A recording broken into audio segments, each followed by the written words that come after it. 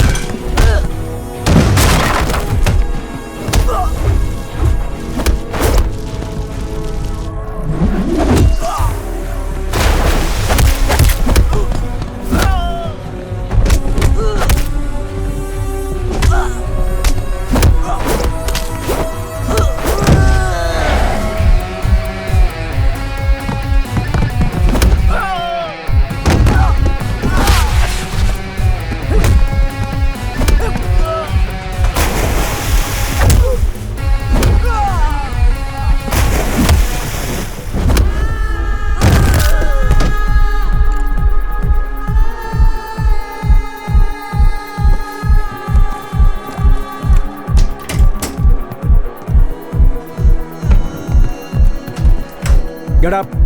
Police, come on, get up.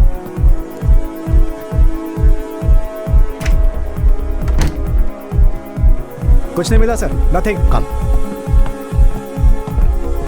सबकी checking करने के बाद ही जाने देना. Okay, sir.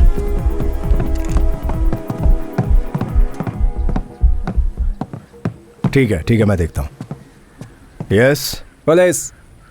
Police. Sir, I am Madhusudan Reddy from Hyderabad. What brings you here? Sir, वो मैं अपने दोस्त की बेटी की शादी में आया हूँ. मेरे कुछ दोस्तों ने मुझे बुलाया है. Party, music, I love music sir, but no drugs sir. कसम से सर, मेरा यकीन कीजिए sir. Okay, okay.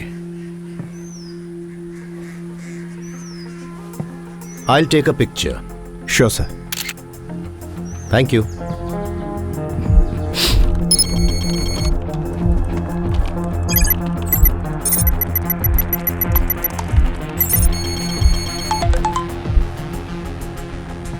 Felix D. Vincent, the drug supplier based in Goa, Russian mafia का सबसे वफादार पार्टनर. लुक मिस्टर मैथ्यू, हम एक डील करते हैं. तुमने मुझे कभी देखा नहीं है. Just close your eyes. तुम चाहो तो वहां पड़े 2 बैग अभी ले जा सकते हो. बाकी जहाँ कहोगे वहां पहुंचा दूंगा. मुझे जाने दो, नहीं तो पूरी जिंदगी पछताओगे. सब कुछ बदल जाएगा. मुझसे पंगा मत लेना सर. कम ऑन फेलिक्स, मुझे उम्मीद थी कि तुम्हारी धमकी में कुछ तो क्लास होगा, पर तुमने मुझे बिल्कुल निराश कर दिया.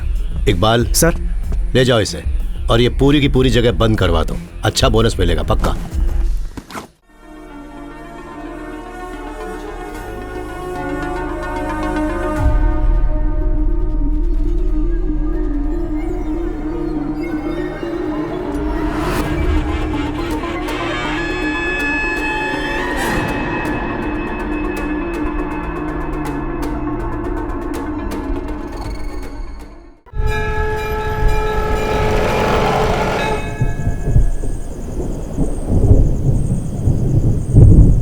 डॉक्टर आप भी ना कमाल के आदमी हैं.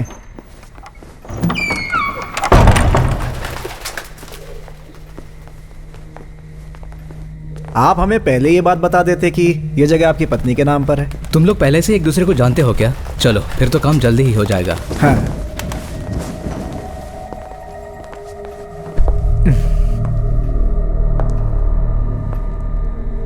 आप तो डील खत्म करके ही निकलेंगे ना?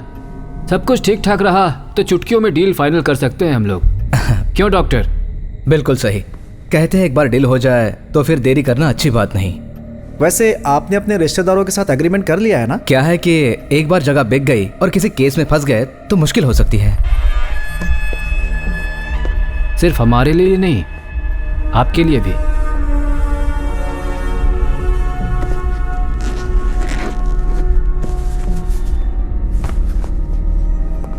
वैसे सर, इस जगह के बाकी हिस्सेदारों को आप संभाल लेंगे ना?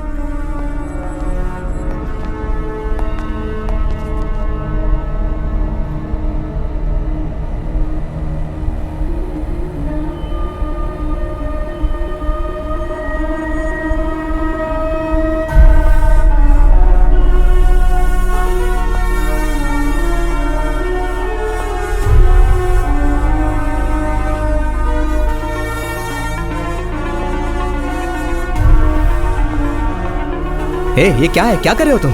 हमें यहाँ बुलाकर चाल चल रहे हो? तुम जानते नहीं मैं कौन हूँ।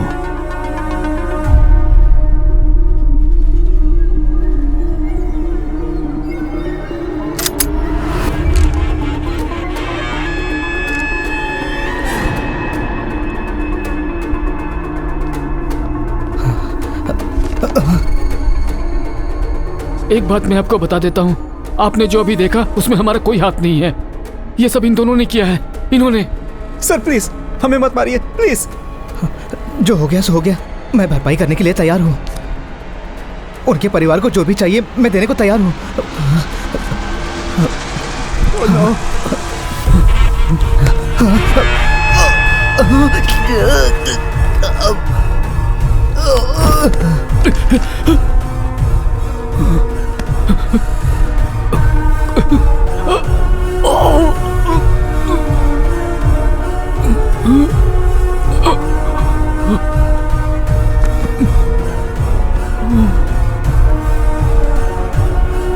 नहीं sir, please. No.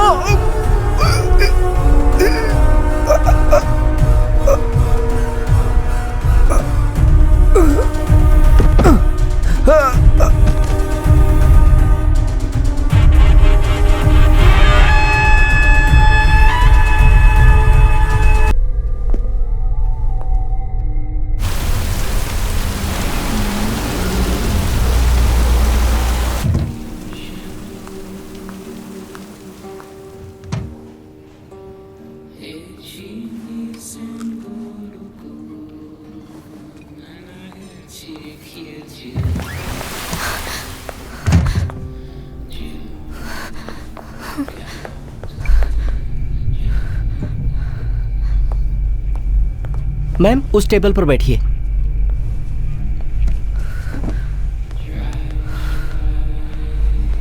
Madam order. Water please. Okay ma'am.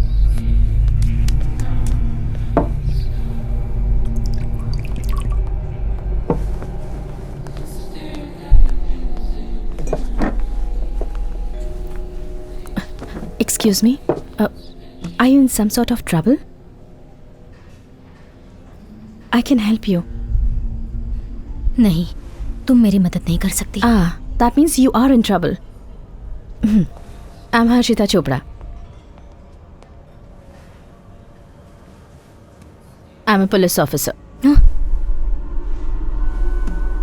I can help you. नहीं, पुलिस को फोन मत करना। अगर मुझे पता होता आप पुलिस ऑफिसर हैं तो मैं आपसे बात ही नहीं करती। नहीं, कोई हमारी मदद नहीं कर सकता।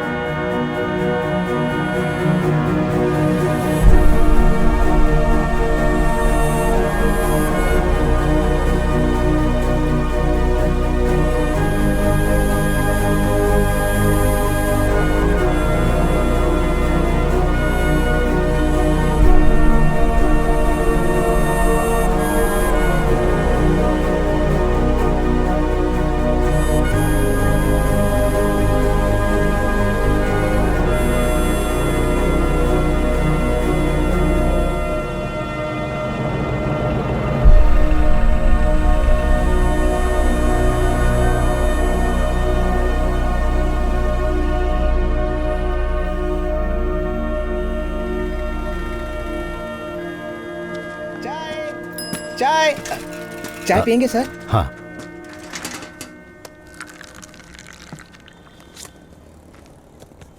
सर ये तो हाँ हाँ।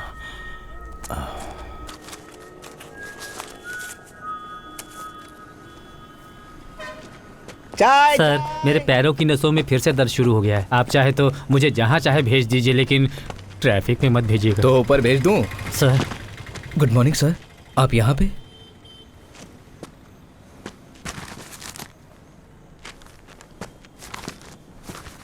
इन्होंने फिर से ज्वाइन किया है? मेरा अखबार गया, अब मुझे दूसरा खरीदना पड़ेगा, नहीं तो टॉयलेट में बोर हो जाऊंगा यार। क्या करोगे पढ़कर? कुछ नहीं, सब बकवास है।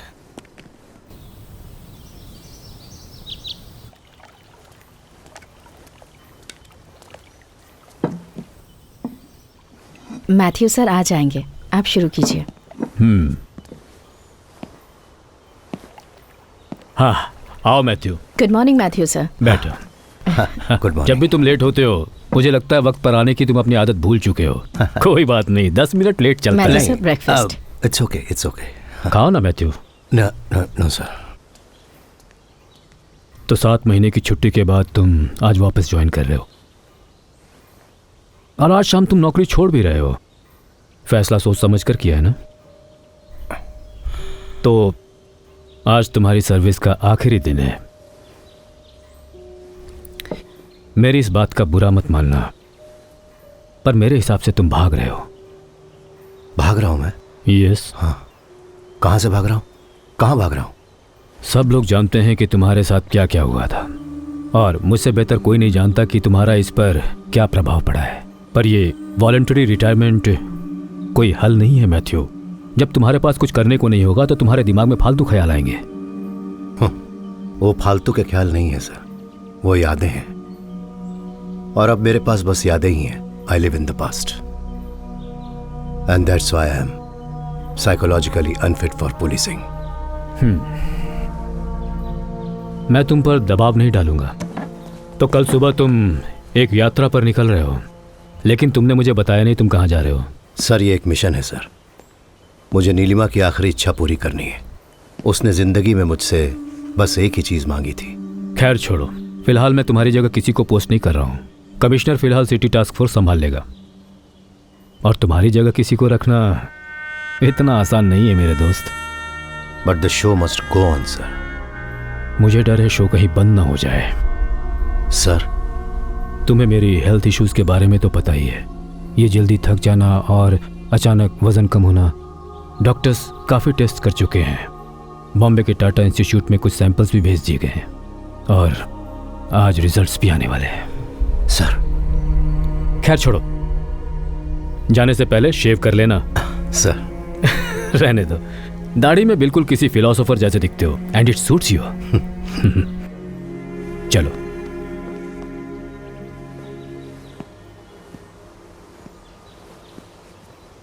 अगर यहाँ कोई इंसान है जिसे आई रियली मिस, तो बेहिचक कहूंगा कि वो आप हैं सर। आपने मेरी हर ज़रूरत पे मेरा साथ दिया है। एक आखिरी बार आपको सैल्यूट करना चाहता हूँ। नहीं, मुझे इस आखिरी शब्द सुनने से सख्त नफरत है। तुम जाओ, हम फिर ज़रूर मिलेंगे जल्द ही, मेरा दिल कहता है। सी यू मैथ्यू। सर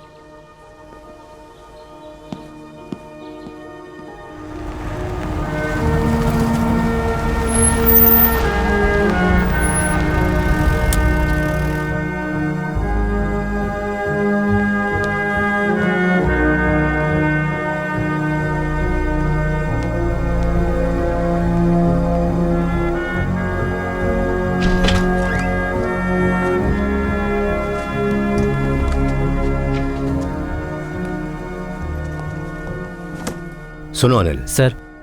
मुझे गत्ते का एक बड़ा सा बॉक्स चाहिए होगा। ओके, मेरी सर। बुक्स और पर्सनल फाइल्स पैक करने सर, के लिए। क्या आज ही आप? तुम जानते हो तो दोबारा क्यों पूछ रहे हो? सर मैं आए? हाँ श्रीनी आओ। और बताओ क्या चल रहा है? सर तो आपने फैसला कर लिया है? फिर से सोच लीजिए। मैं डीजी से मिल चुका हूँ। मुझे जो भी कहना था मैंने उन्हें बता दिया है। इसका मतलब इस बारे में आप मुझसे कोई बात नहीं करना चाहते? नाराज मत हो यार। सर तुम तो सब समझते हो। अब ये सब मुझसे नहीं होगा। सर समझ तो आप नहीं रहे, मैं पिछले 25 सालों से सैल्यूट करता आ रहा हूँ सुपीरियर्स को, उन्हें जो इस देश पर राज कर रहे हैं। पर दिल से सैल्यूट करने का मन सिर्फ आप जैसे किसी लायक इंसान को ही करता है, पूरी इज्जत के साथ। लेकिन आपके जाने के बाद that's what I am going to miss. Shini, I know you feel bad sir. City task force वही यूनिट है जिसे मैंने बहुत मुश्किलों के बावजूद खड़ा किया है सर। बल्कि जब मैं पिछले 7 महीने से छुट्टियों पर था, मैं जानता हूं तुमने मेरा काम बखूबी निभाया, और वो भी बिना किसी और की मदद लिए, सिर्फ और सिर्फ मेरी खातिर। आज इतने दिनों के बाद जब मैंने अपनी ड्यूटी ज्वाइन की है और उसी दिन मैं वॉलंटरी रिटायरमेंट लेकर जा रहा हूं, यू फील लेट डाउन। जाने दीजिए सर, जो कुछ आपके साथ हुआ अगर मेरे साथ हुआ होता तो मैं तो अब तक पागल हो चुका होता। आर यू श्योर सर कि मैं पागल नहीं हूं?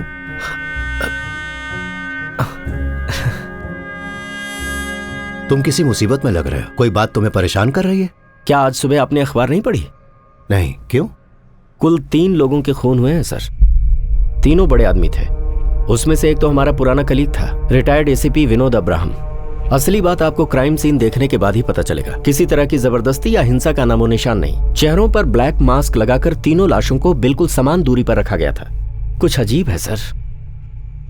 मर्डर, चाहे वो 1 हो या 3, अजीब ही होता है। किसने किसको मारा, किस लिए और कब, ये सारे सवाल बेबुनियाद हैं। इस संसार में इससे ज्यादा अस्वाभाविक और कुछ भी नहीं है कि एक इंसान दूसरे की जान लेने से हिचकता नहीं है। अरब के सभी इत्र की खुशबू भी मेरे हाथों पर लगी खून की दुर्गंध को नहीं मिटा सकती। खून करने के बाद लेडी मैकबेथ ने यही कहा था,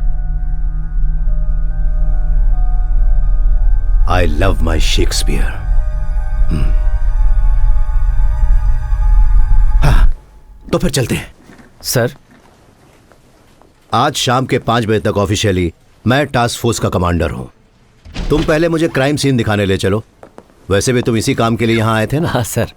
आज अपने करियर का आखिरी क्राइम सीन देखने जा रहा हूं, तो चलो अब तो मुझे इसकी पूरी डिटेल्स दो। सर, जैसा मैंने बताया 3 लोगों का खून हुआ है।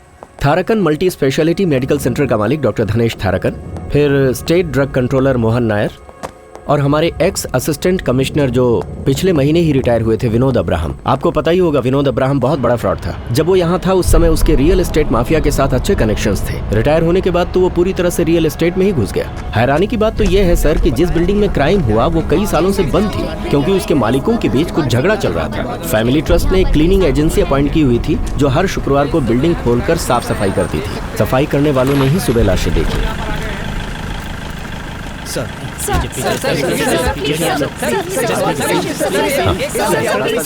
आज सुबह मैं तुमसे पूछना भूल गया, अब तुम्हारे पैरों का दर्द कैसा है? बहुत बुरी हालत है सर। मैं आयुर्वेदिक दवाइयाँ ले रहा हूँ। पेट कम करने की दवा लो। सुना है आप मुझे ट्रैफिक ड्यूटी में शिफ्ट कर रहे हैं, लेकिन मैं ज्यादा देर खड़ा नहीं रह सकता। कुछ कीजिए ना सर, इनसे हालचाल पूछे, ये डिमांड रखने लगते हैं। हमारे पुलिस डिपार्टमेंट में किस चीज की कमी है तुमने कभी सोचा है? किसकी सर? कोई आगे नहीं आएगा। इंसानियत की। सर, क्या चल रहा है? फॉरेंसिक ने अपना काम शुरू कर दिया। जगह काफी बड़ी है, थोड़ा समय लग सकता है। हाँ। वो अंदर कैसे घुसे, कुछ पता चला? नहीं सर।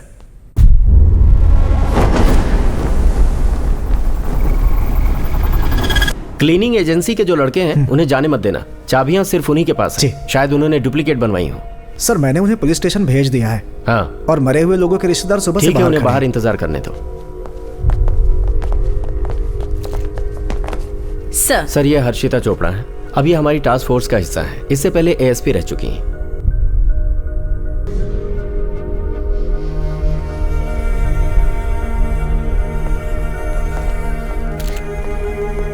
सर, हमारा मानना है कि इन तीनों का खून इनके शरीर में जहर देकर किया गया है, क्योंकि इन तीनों के दाएं हाथ पर इंजेक्शन के निशान मिले हैं। सर, कुछ कहना चाहती हो?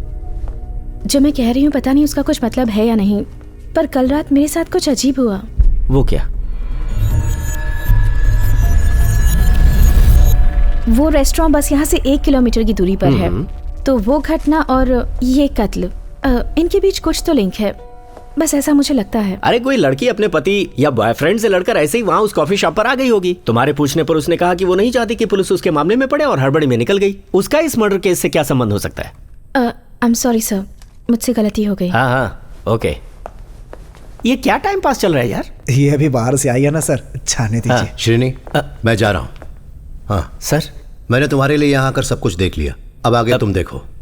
मैं कल सुबह ही अपने सफर पर निकल रहा हूँ। Okay, good luck. सर पर अब सर 1 मिनट सर। हाँ, तुमने परसों ही वापस ज्वाइन किया है ना? जी सर, मैंने आपको फ़ोन किया था पर फ़ोन बंद था। लैंडलाइन पर भी किया था लेकिन किसी ने उठाया नहीं। सर सिर्फ आपके कहने पर ही डीजी साहब ने मेरा सस्पेंशन रोका और कमिश्नर साहब ने बताया कि मुझे फिर से टास्क फोर्स में अपॉइंट कर लिया गया। सर मैं आपका शुक्रिया। हाँ, कैसे? तुम्हारी बेटी साहिबा कैसी है? उसका मेडिकल में एडमिशन हो गया सर। इसके लिए मुझे पैसे बहुत देने पड़े तो बहुत भाग दौड़ की मैंने, पर उसकी इच्छा पूरी हो गई सर। सर अभी तक पुलिस ने इस बारे में कोई खुलासा नहीं किया है। इस बारे में हम आपको अपडेट्स देते रहेंगे। फिलहाल चलते हैं स्टूडियो में। सर क्या कोई इंसान 7 महीने में इतना बदल सकता है? 7 महीनों की बात कर रहे हो? ये जो जिंदगी है ना 7 मिनट में बदल सकती है।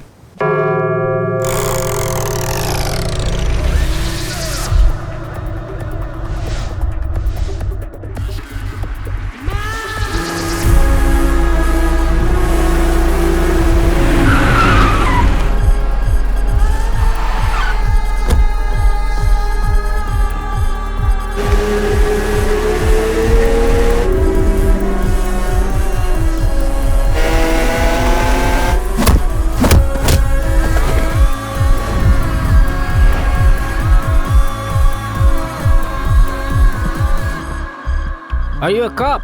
Yes, my dear.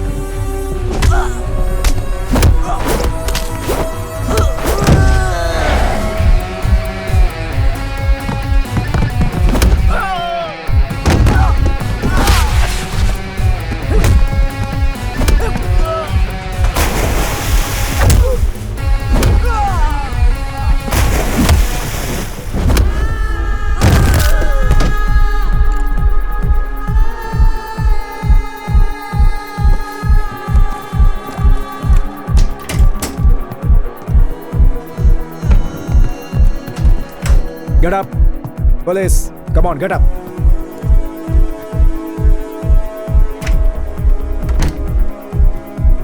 कुछ नहीं मिला सर, नथिंग। कम। सबकी चेकिंग करने के बाद ही जाने देना। Okay sir.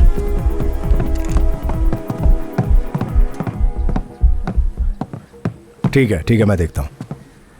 Yes police. Police sir, I am Madhusudan Reddy from Hyderabad. What brings you here? Sir वो मैं अपने दोस्त की बेटी की शादी में आया हूँ। मेरे कुछ दोस्तों ने मुझे बुलाया है। Party, music, I love music sir, but no drugs sir. कसम से सर, मेरा यकीन कीजिए sir. Okay, okay. I'll take a picture. Sure sir. Thank you.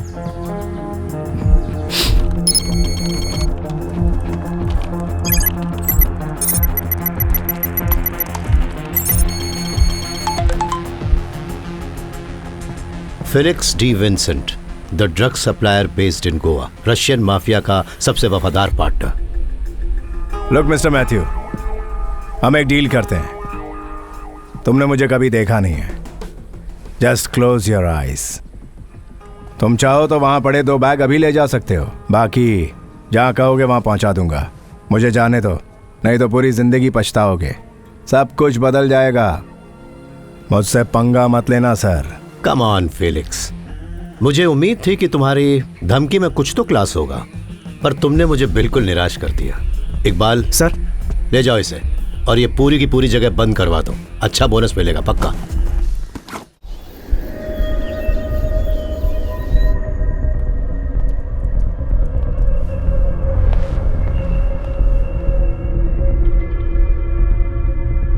बिना मेरे सवालों का जवाब दिए तुम कब तक इस तरह से बैठे रहोगे फेलिक्स?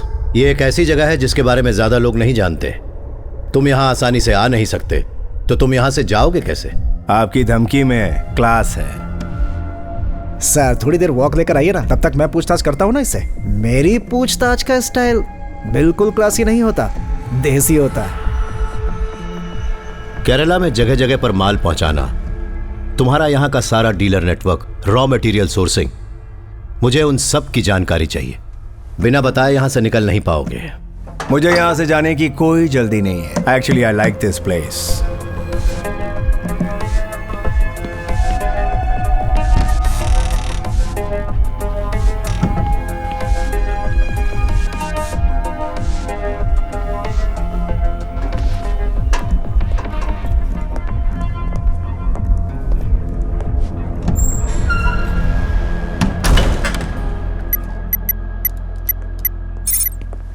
कल रात से ही मेरा मोबाइल फोन बंद पड़ा हुआ है। उसे फिक्र हो रही होगी कि मैं कहाँ रह गया। आप जाइए सर, कल तो आप दिल्ली जा रहे हैं ना, उन्होंने शॉपिंग प्लान्स बना रखे होंगे। वो यहाँ पर इसीलिए आई है, लेकिन मैं फेलिक्स को यहाँ कस्टडी में छोड़कर दिल्ली कैसे जा सकता हूँ? परसों तो आप वापस आ ही जाएंगे ना सर, 2 दिनों के लिए मैं इसे संभाल लूंगा, मुझे हाथ दिखाने का मौका मिलेगा। Hey, no third degree stuff Iqbal. तुमने डीजी का सर्कुलर पढ़ा है ना? पुलिस से कह रहे हैं कि वो किसी को ना मारे, बंदर पेड़ पर चढ़ने से बाज आएगा। हमारा तो काम ही है क्रिमिनल्स को मारना सर। तुम सुधर जाओ। और तुम्हारी बेटी साहिबा का क्या हुआ? सर मुझे नहीं लगता कि उसके मनपसंद कॉलेज में उसका एडमिशन हो पाएगा। आप इस मामले में लकी रहे। एम्स एंट्रेंस एग्जाम में 3rd आना कोई छोटी बात नहीं होती है सर। मेरी ओर से कांग्रेट्स कहिएगा उसको। थैंक्स। हे मालू, सॉरी बेटा, मैं जरूरी काम में फंस गया था। चलो चले। मम्मी कहाँ है? मम्मी मेरे लिए मॉल में कपड़े सिलेक्ट कर रही हैं। उन्होंने कहा था आपको परेशान न करूं, पर मैं जा रही हूं ना, तो मुझे पता नहीं कि अब आपके साथ शॉपिंग का मौका कब मिलेगा। सॉरी बेटा, मैंने तुम्हें बताया था ना, क्या करूं, मेरा काम ही ऐसा है। आपको पता है ना मुझे दुनिया के किस काम से सबसे ज्यादा नफरत है? Police. Because it involves violence. ओह।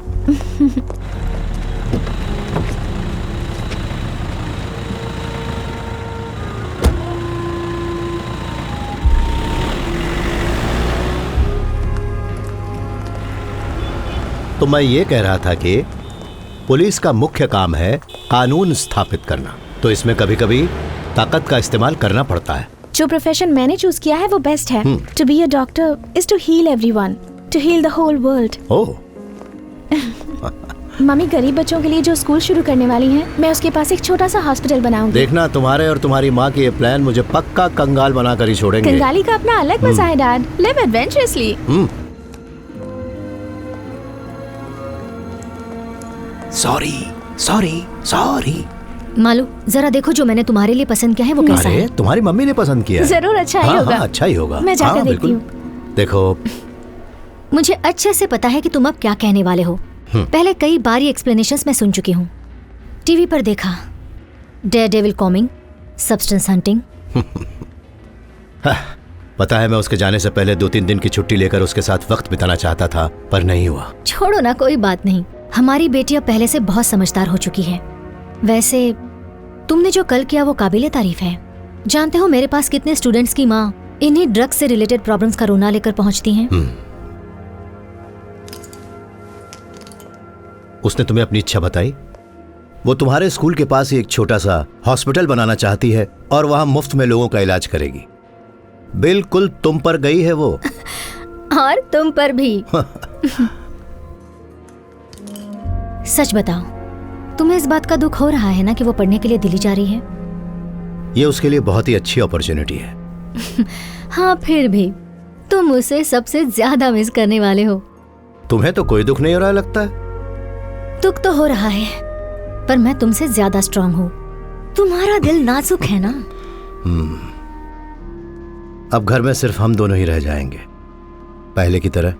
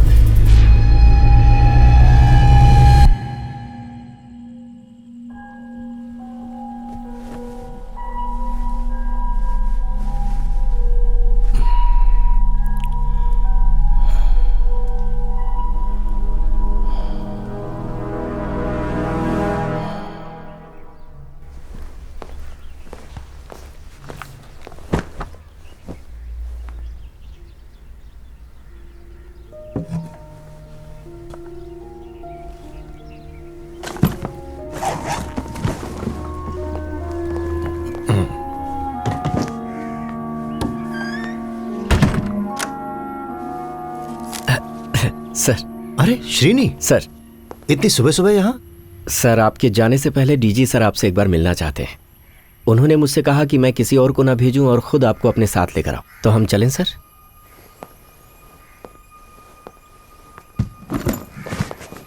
मैं अपनी गाड़ी में आऊंगा, तुम फॉलो करो। मैं आपके साथ चलता हूं सर।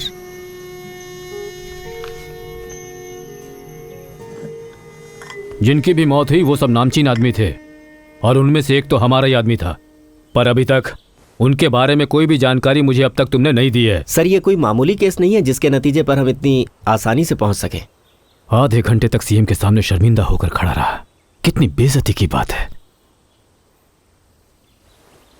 तुम क्या सोचते हो? Any take on this? मुझे कोई आइडिया नहीं है sir. Matthew, I need your help. किसी में भी इतनी काबिलियत नहीं कि तुम्हारी तरह जुर्म की तह तक पहुंचकर उसका पता लगा सके। This is your kind of game Matthew. मैं इसके लायक नहीं हूं सर, और बस इतना ही नहीं, मैं अब इस फोर्स का हिस्सा भी नहीं रहा। मैथ्यू, मुझे बस तुम्हारी राय की जरूरत है। सर्विस में तुम चाहे रहो या न रहो, तुम्हारी पर्सनल चॉइस है। ये पूरी टीम, पूरा इंफ्रास्ट्रक्चर सब तुम्हारे हाथ में है। मैथ्यू, तुम अपनी ये यात्रा कुछ दिनों के लिए रोक नहीं सकते? Sorry sir. Sir please. Please Srini. Sir. जाने दो। श्रीनी सर, एक सेकेंड। सर, तुम यहीं रुको। मैथ्यू, जरा आओ।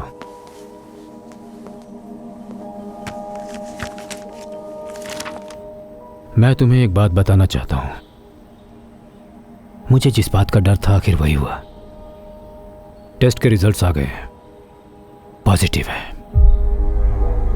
मुझे बोन मैरो कैंसर है और इसका इलाज सिर्फ बोन मैरो ट्रांसप्लांट ही है। लेकिन कुछ भी हो सकता है और अगले स्टेज के बाद तो दर्द और भी बढ़ जाएगा। और इन सब के बीच ये केस आया है। मैं और भी कमज़ोर पड़ गया हूँ, इसलिए मैंने तुम्हें यहाँ बुलाया। मैंने ये बात किसी और को नहीं बताई है, सिर्फ तुम ही हो जिसे मैं बता सकता हूँ। लेकिन तुम अपना जाना कैंसिल मत करो।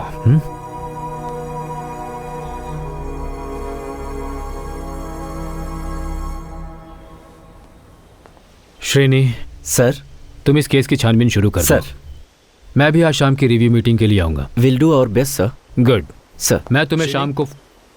सर, वो ऑफिसर क्या नाम था उसका? हर्षिता? सर, वो उस दिन कुछ बता रही थी ना, रेस्टोरेंट में जो बुर्का पहने मिली थी। उसका इस केस से कोई लेना देना नहीं। लेना देना है श्रीनी। सर, हर्षिता और इकबाल से कहो कि जल्दी उस रेस्टोरेंट में पहुंचे, मैं वहीं मिलूंगा। तो फिर आपने अपना जाना टाल दिया? रिव्यू मीटिंग कैंसिल कर दीजिए, मैं शाम को आपसे आकर मिलता हूं sir. Thank you Matthew, thank you very much. He is on sir. Srini. Sir, हर जुर्म बहुत आसान होता है। हर समझदार मुजरिम सबसे आसान तरीके को सबसे प्रभावशाली ढंग से अपनाने की कोशिश करता है। यह केस जितना मुश्किल लग रहा है, दरअसल उतना मुश्किल है नहीं। Don't lose your focus. Sir.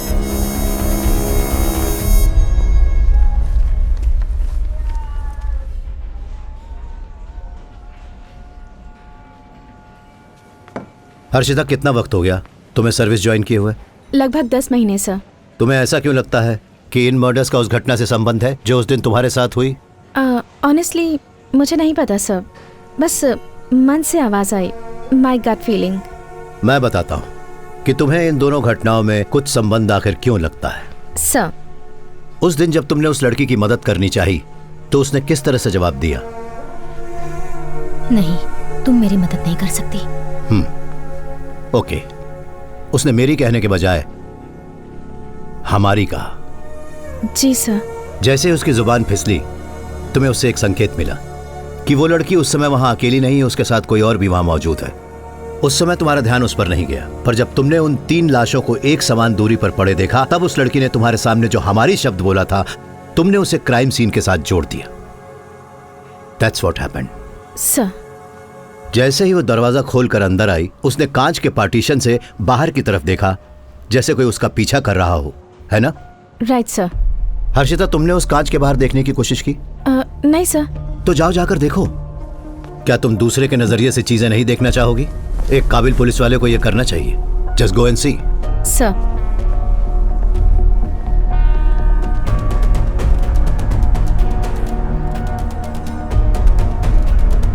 Sir इसके बाहर तो दिखता ही नहीं। यस, तुमने कहा था कि वो औरत अंदर आने के बाद वहां खड़ी होकर कुछ देर कांच के बाहर देख रही थी। जब कांच के बाहर देखा ही नहीं जा सकता तो फिर वो कर क्या रही थी? वो इस ग्लास में परछाई देख रही थी, उस टेबल की। उस टेबल पर जो बैठा था वो औरत उसी को देखना चाह रही थी। तो इसका मतलब उसका वो डर और जो परेशानी थी सब एक नाटक था, उस टेबल पर बैठे हुए इंसान का ध्यान अपनी तरफ खींचने के लिए। हो सकता है कि वो चाहती थी कि वहां बैठा हुआ इंसान उठे और जाकर उससे पूछे कि उसके साथ हुआ क्या है। तो पता लगाते हैं उस दिन उस टेबल पर कौन बैठा हुआ था। इकबाल, हम लोग सीसीटीवी फुटेज देखते हैं।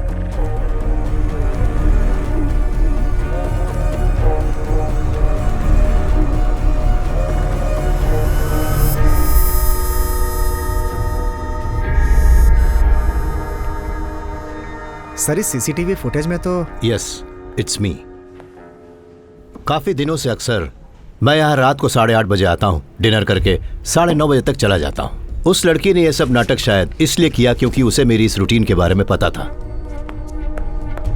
शायद वो चाहती थी कि मैं कुछ रिएक्शन दूं, पर ऐसा कुछ भी नहीं हुआ। पर क्यों सर? मालूम नहीं क्यों। हर्षिता, तुम्हें उसके बारे में और क्या याद है? उसके बात करने का ढंग याद है? वो पढ़ी लिखी थी सर, बिल्कुल मॉडर्न साउंड कर रही थी। और सर कुछ अजीब था। अजीब क्या? शी स्मोक्स, ऐसा मुझे लगता है। उसके हाथों के बारे में कुछ बताओ। फिंगर्स, नेल्स, कुछ याद आता है? जहाँ तक मुझे याद है उसके हाथ लंबे थे, वायलेट नेल पॉलिश और हाथ पर ओम का टैटू था। उस दिन यहाँ जो कुछ भी हुआ मैंने ज्यादा ध्यान नहीं दिया, मुझे फिक्र ही नहीं थी। पर मैंने उस लड़की के जूते नोटिस जरूर किए थे। मेरी एक अजीब सी आदत है, मेरा यह मानना है कि आप किसी भी इंसान का कैरेक्टर उसके जूते देखकर बता सकते हैं। उसने बूट्स पहने हुए थे, cigarette smell, violet nail polish, Om tattoo, boots. बुर्खा पहने एक डरी सहमी सी लड़की जो किसी से बचने की कोशिश कर रही थी और उसे उसकी जान का खतरा भी था। कुछ तो गड़बड़ जरूर है। इस केस से जरूर उसका कोई तो संबंध है, उसे ढूंढना ही होगा। अब हमें मरे हुए लोगों की कुंडली निकालनी होगी इकबाल। आखिर वही तीनों एक साथ क्यों? Tharakan's medical city chairman and managing director doctor Tharakan, state drug controller Mohan Nair, retired DSP Vinod Abraham. इन तीनों का आपस में संबंध क्या है इकबाल?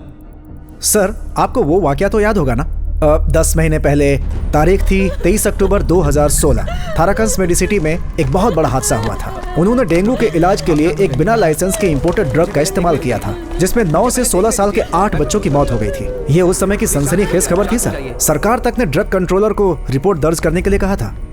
ड्रग कंट्रोलर की गलत रिपोर्ट के कारण डॉक्टर थारकन निर्दोष साबित हुए थे। मतलब थारकन और ड्रग कंट्रोलर मोहन नायर के बीच कोई समझौता जरूर हुआ होगा। उन दोनों ने प्रॉपर्टीज में भी मिलकर इन्वेस्टमेंट की थी सर, खासकर अक्टूबर 2016 के बाद। मान लेते हैं कि थारकन और मोहन का कत्ल बिना लाइसेंस के ड्रग इस्तेमाल करने वाले केस की वजह से हुआ है, पर तीसरा आदमी जो मारा गया विनोद, उसका इस केस से तो कोई संबंध नहीं है।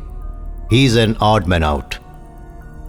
तो फिर उसको इनके साथ ही क्यों मारा? सर थाराकन और मोहन नायर के रियल एस्टेट के धंधे में जो आदमी एजेंट बना हुआ था वो अपने विनोद सर थे, और विनोद सर इन दोनों बदमाशों के जरिए अपनी गैर कानूनी जमीन का धंधा भी चलाते थे, जॉइंट जॉली और पाइप पांडे। अरे बिल्कुल सही सुना, हम बस 40 के कागज बनवाएंगे और बाकी का 10 कैश चाहिए। कैश के बिना डील नहीं करूंगा। सिंगल प्राइस 50 और उसमें 10 कैश।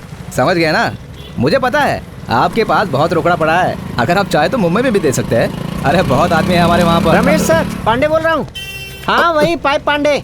कर्नाटका में भी ले सकते हैं, 5% एक्स्ट्रा लगेगा। हाँ अभी मार्केट में तो बेस्ट रेट चल रहा है ना। कर क्या रहा है? 5% मतलब 5% कितना हुआ बे? ये तो ना ला दे मुझे।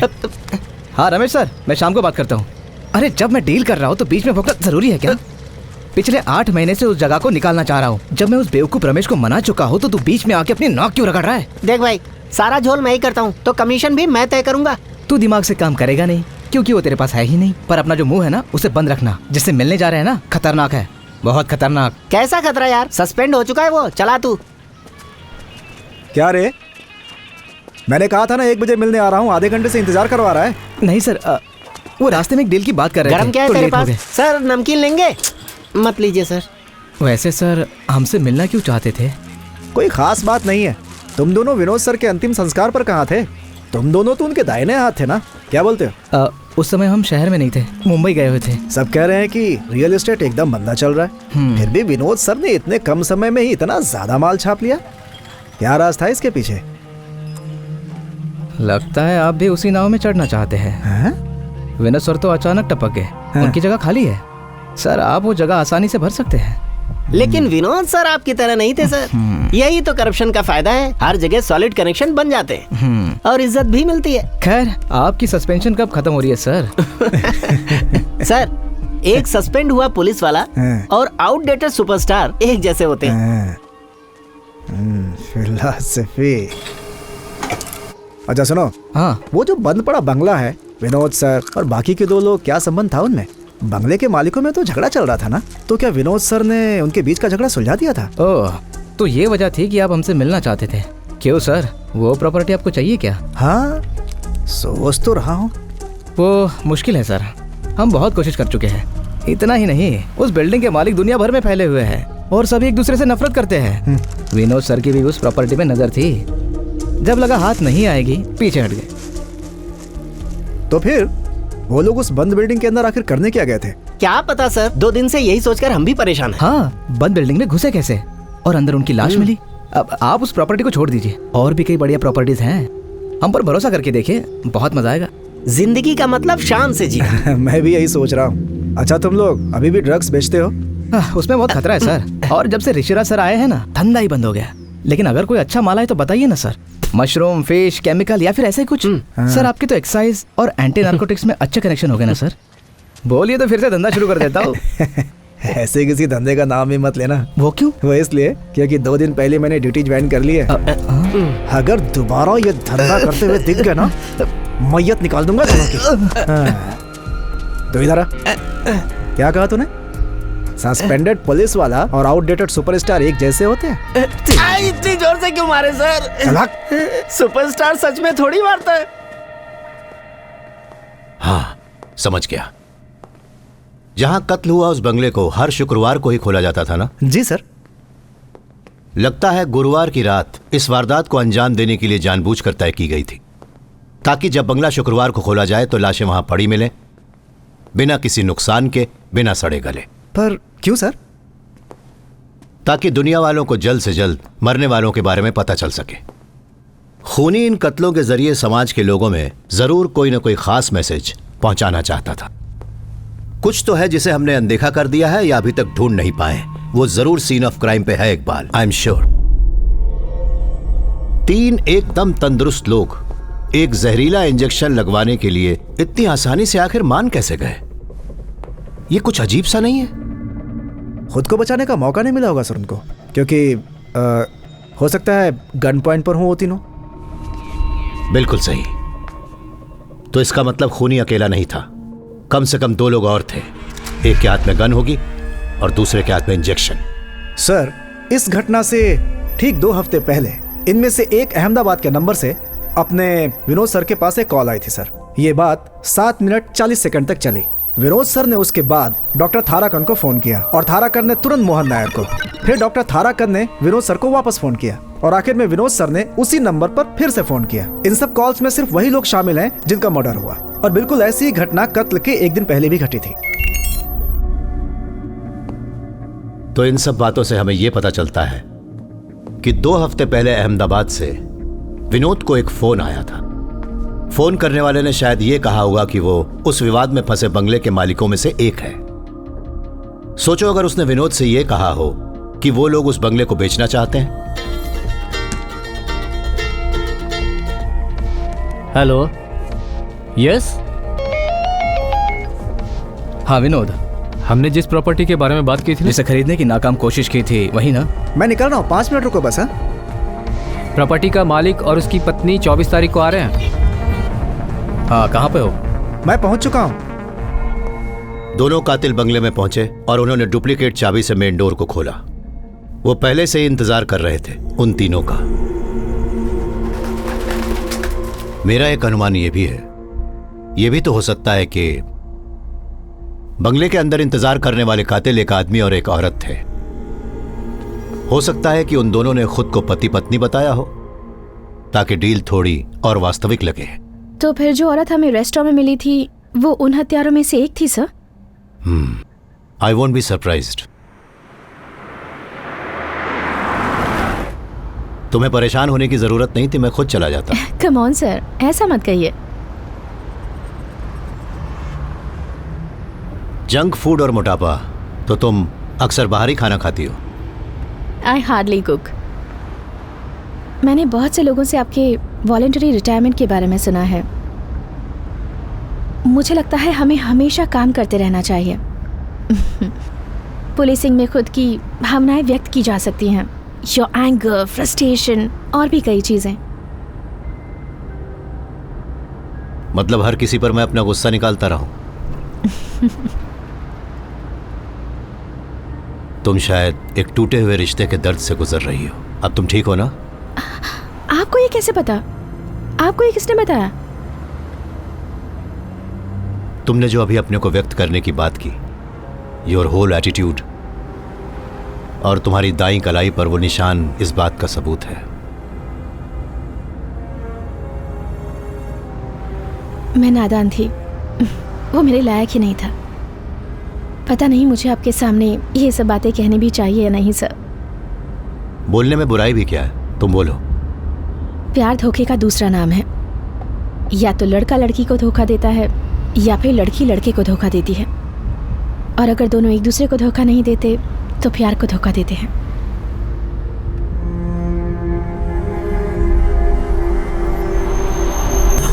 आप ठीक तो है ना सर? हाँ।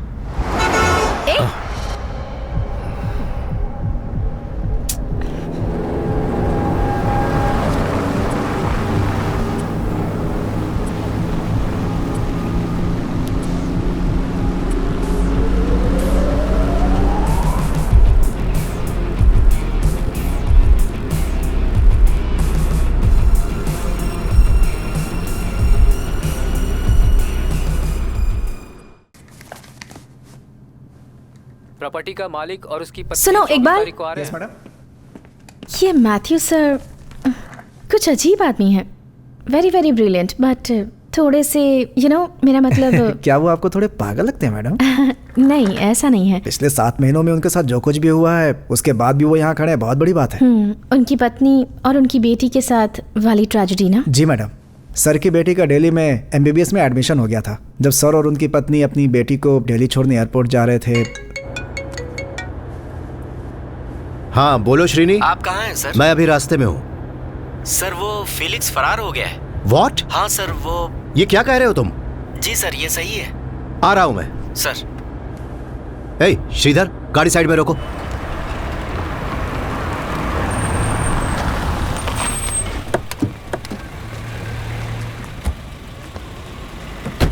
क्या हुआ?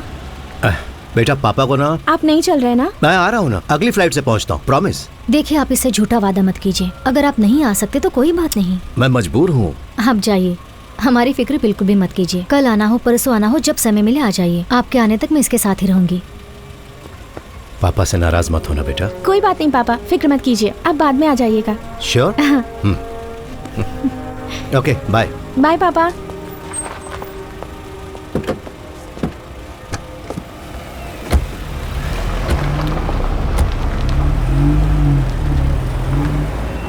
तुमने बाल ठीक से नहीं बांधे। कोई बात नहीं। ठीक है।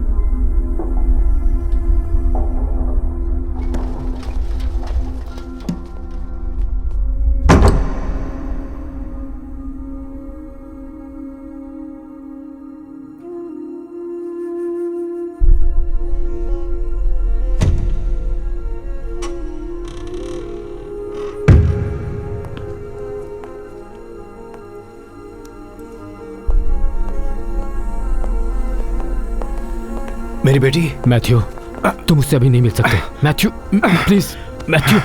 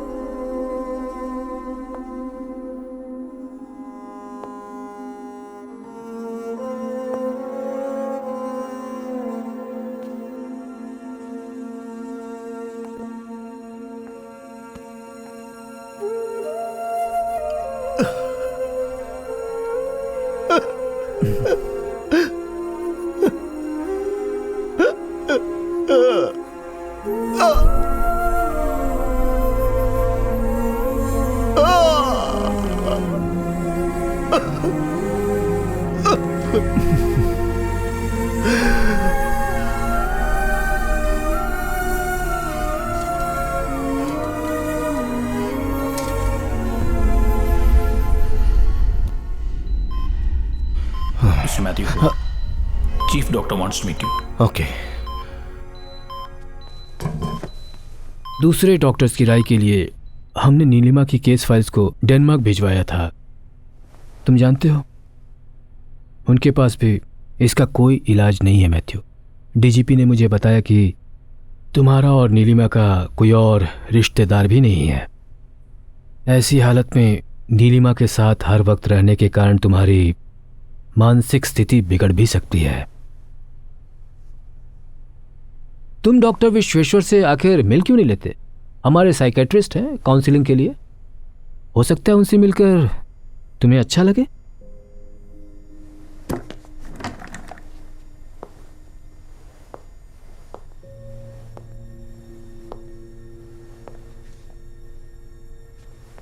आप डॉक्टर्स हमेशा कहते हैं ना कि चमत्कार होगा, तो कोई उम्मीद है इस केस में ऐसा कुछ हो?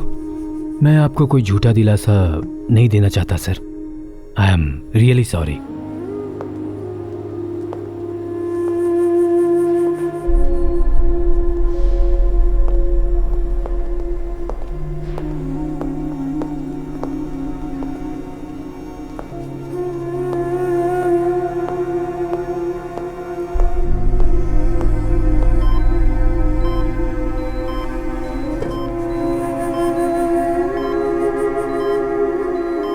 छह महीने तक सर मैडम के साथ हॉस्पिटल में ही रहे। जब मैडम की मौत हुई मैं उनसे मिलने गया था।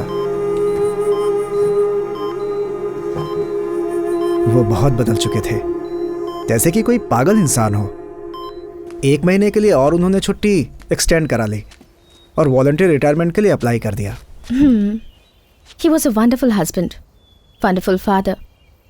हाँ, एक बात बताओ मैम। फेलिक्स की कस्टडी से फरार होने की वजह से तुम्हें सस्पेंड कर दिया गया था? जी मैडम, तब वहाँ मैं ही इंचार्ज था। पर वो भागने में कामयाब कैसे हुआ? मैडम, वो अभी तक एक रहस्य बना हुआ है। हमारे शेल्टर में पावर फेलियर हुआ, इन्वर्टर बैकअप भी फेल हो गया, जनरेटर खराब था और वो 20 मिनट तक शुरू नहीं हो पाया।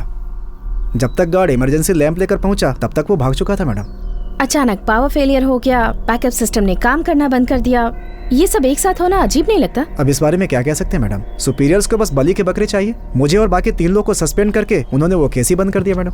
मैथ्यू सर ने डीजी से बात की थी, इसलिए मुझे सस्पेंशन से वापस बुला लिया। सर ठीक है सर। नहीं, हम इधर ही हैं सर। मैथ्यू सर का फोन था, वो हमसे अभी मिलना चाहते हैं। कितनी देर में आने वाले हैं वो? 10 मिनट में मैम।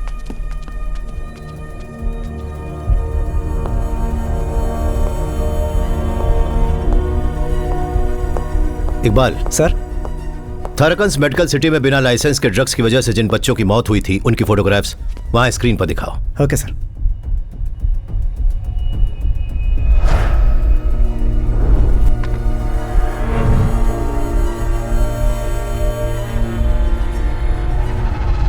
इन फोटोग्राफ्स को प्रिंट करवाओ और फिर मेरे साथ चलो।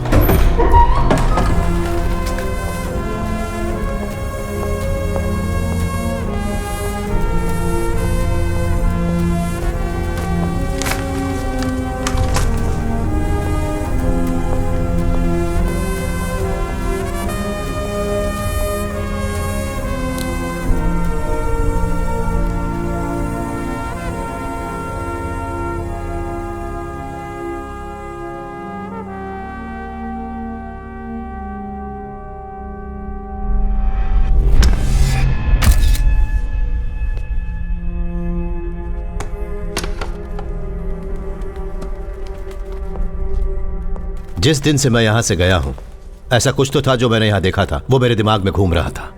पर आज मुझे उस सवाल का जवाब मिल गया। यहां जितनी भी फोटोग्राफ्स हैं उनमें से सिर्फ इसी का फ्रेम अलग है। ये नया और मॉडर्न फ्रेम लगता है। तो खूनी इसके जरिए हम तक अपनी बात पहुंचाना चाहता है। इससे साफ पता चलता है कि डॉक्टर थाराकन और मोहन नायर का खून क्यों किया गया। हाँ, जैसा कि हमें पहले से शक था, जो इंसान इन बच्चों की मौत का जिम्मेदार है और जिसने उस इंसान का साथ दिया, उन्हें जो सजा हमारा कानून देता वही सजा उन्हें इस विलन ने दी। तो फिर सर मिस्टर विनोद, उनका तो इन बच्चों की मौत से कुछ भी लेना देना नहीं था। अब इसी सवाल का जवाब हमें ढूंढना है। पर एक बात तो साफ है, इन हत्याओं की वजह आपसी दुश्मनी नहीं है। इसकी वजह है मासूमों को इंसाफ न मिलना, और इस वजह से शायद और भी हत्याएं होंगी।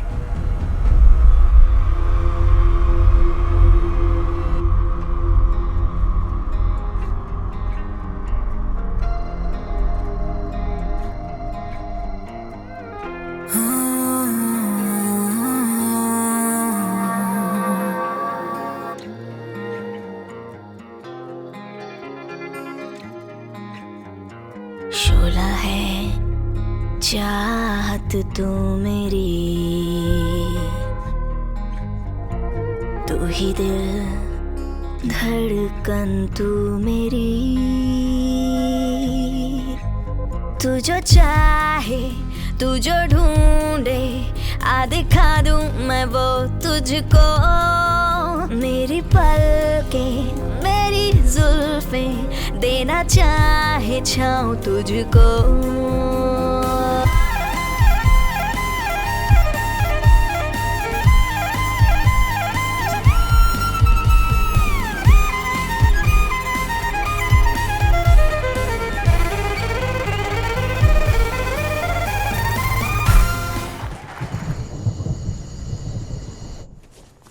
Hello, meet mister Kumar. ये बहुत बड़े बिल्डर हैं। हेलो। हेलो। हाय। कुमार काफी समय से कह रहे थे क्यों ना हम कहीं बाहर जाकर पार्टी वार्टी करें। और जब आपने इस जगह की बात की तो सोचा कुमार को भी साथ ले लूं। Hope you don't mind. वैसे तो मैं अनजान लोगों के साथ पार्टनरशिप नहीं करता, लेकिन इसके साथ इट्स ओके। ग्रेट। आपके लिए मेरे पास एक सरप्राइज है। तुम गजब की हो यार। इतने सारे सरप्राइजेस। क्या है?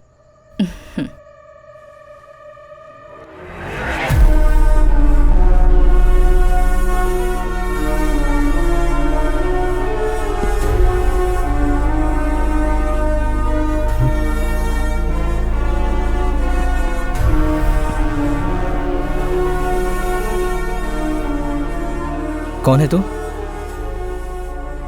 श्रेय, ये सब Seeing is believing. हाँ? What?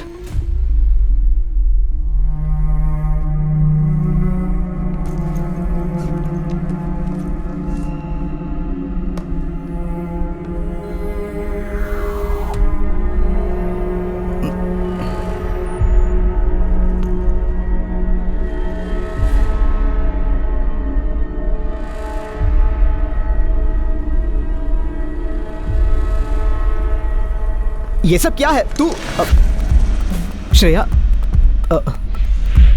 श्रेया सुनो please.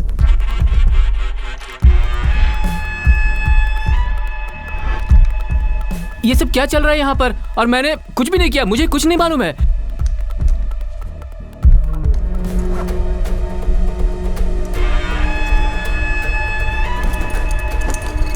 No please please no.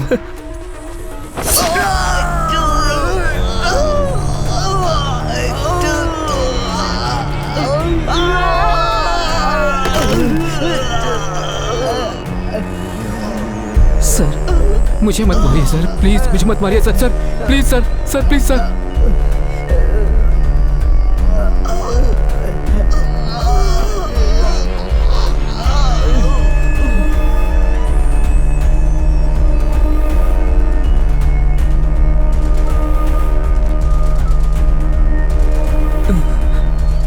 Sir sir sir sir please sir, please sir, please please please please please sir, मुझे छोड़ दीजिए सर। है नहीं।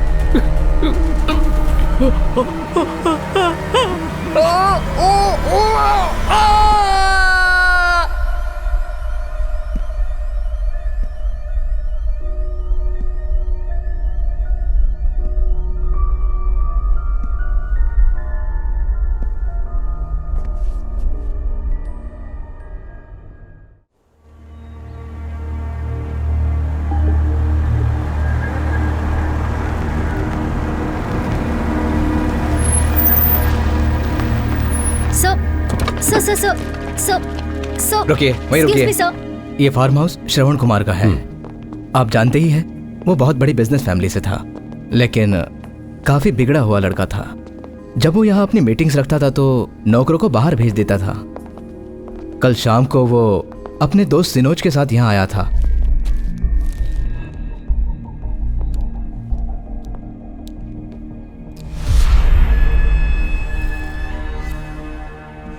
दोनों हादसों का तरीका एक ही है, लेकिन दोनों घटनाओं में मारने का अंदाज अलग था। जो लोग किसी के साथ जबरदस्ती करते हैं उन्हें सजा देने का ये सबसे प्रचलित तरीका है। क्या इन दोनों का ऐसा कोई बैकग्राउंड था? आपको नहीं मालूम मैडम? कुछ दिनों पहले एक भयानक केस सामने आया था, करोनिया रेप केस। एक 20 साल की लड़की का रेप और मर्डर हुआ था। 2 लोगों को इस केस में पकड़ा गया था, यही श्रवण और सिनोज जिनका कल मर्डर हुआ है। पुख्ता सबूत ना होने की वजह से ये दोनों बच निकले थे मैडम। एसीपी विनोद ने ही उस केस की तहकीकात की थी। जिस तरह से उसने इस केस को हैंडल किया था, उसे लेकर मीडिया में काफी विवाद हुए थे। तुम्हारे साथ जिन लोगों ने लड़की के माता पिता ने मीडिया के सामने बयान दिया कि बच्ची ने विनोद को मुजरिम के नाम बताए थे। बताओ बेटा। मुझे पता है। इन दोनों को बाहर लेकर जाओ। डॉक्टर, तुमसे भी कह रहा हूँ, तुम भी बाहर जाओ। बताओ। श्रवण। श्रवण। उन्होंने सीएम तक से शिकायत की थी कि विनोद ने लड़की की स्टेटमेंट गलत रिकॉर्ड की है। वो केस आज भी हाई कोर्ट में पेंडिंग पड़ा हुआ है। मैं देखता हूँ। Sir please. तो फिर पैटर्न ये था सर। पहले केस का ऑड मैन आउट इशारा कर रहा था होने वाली हत्याओं की तरफ। सर उस हिसाब से इस केस में ऑड मैन आउट कुमार है, तो इसका मतलब अगली हत्या कुमार से संबंधित होगी। इस कुमार का बैकग्राउंड क्या है? मैडम वो केरला की रियल एस्टेट इंडस्ट्री में बहुत बड़ी हस्ती था। आपने लैंड बैंक, लैंड माफिया तो सुना ही होगा। उसका जीता जागता उदाहरण।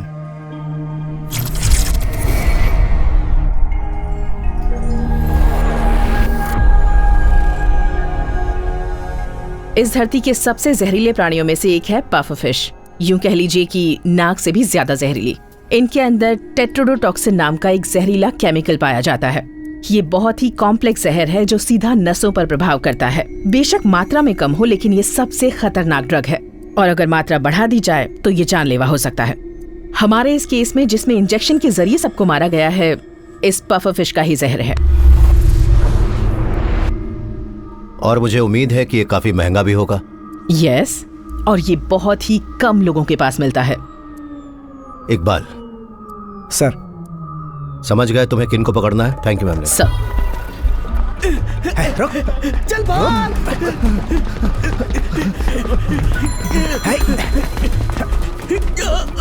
रुक रुक।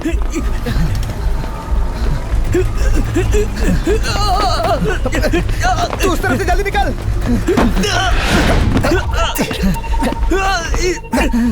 चुप चल। मुझे छोड़ दीजिए सर, मैंने क्या किया? चाल सा बताता हूँ ना क्या किया। कुछ भी तो नहीं किया सर।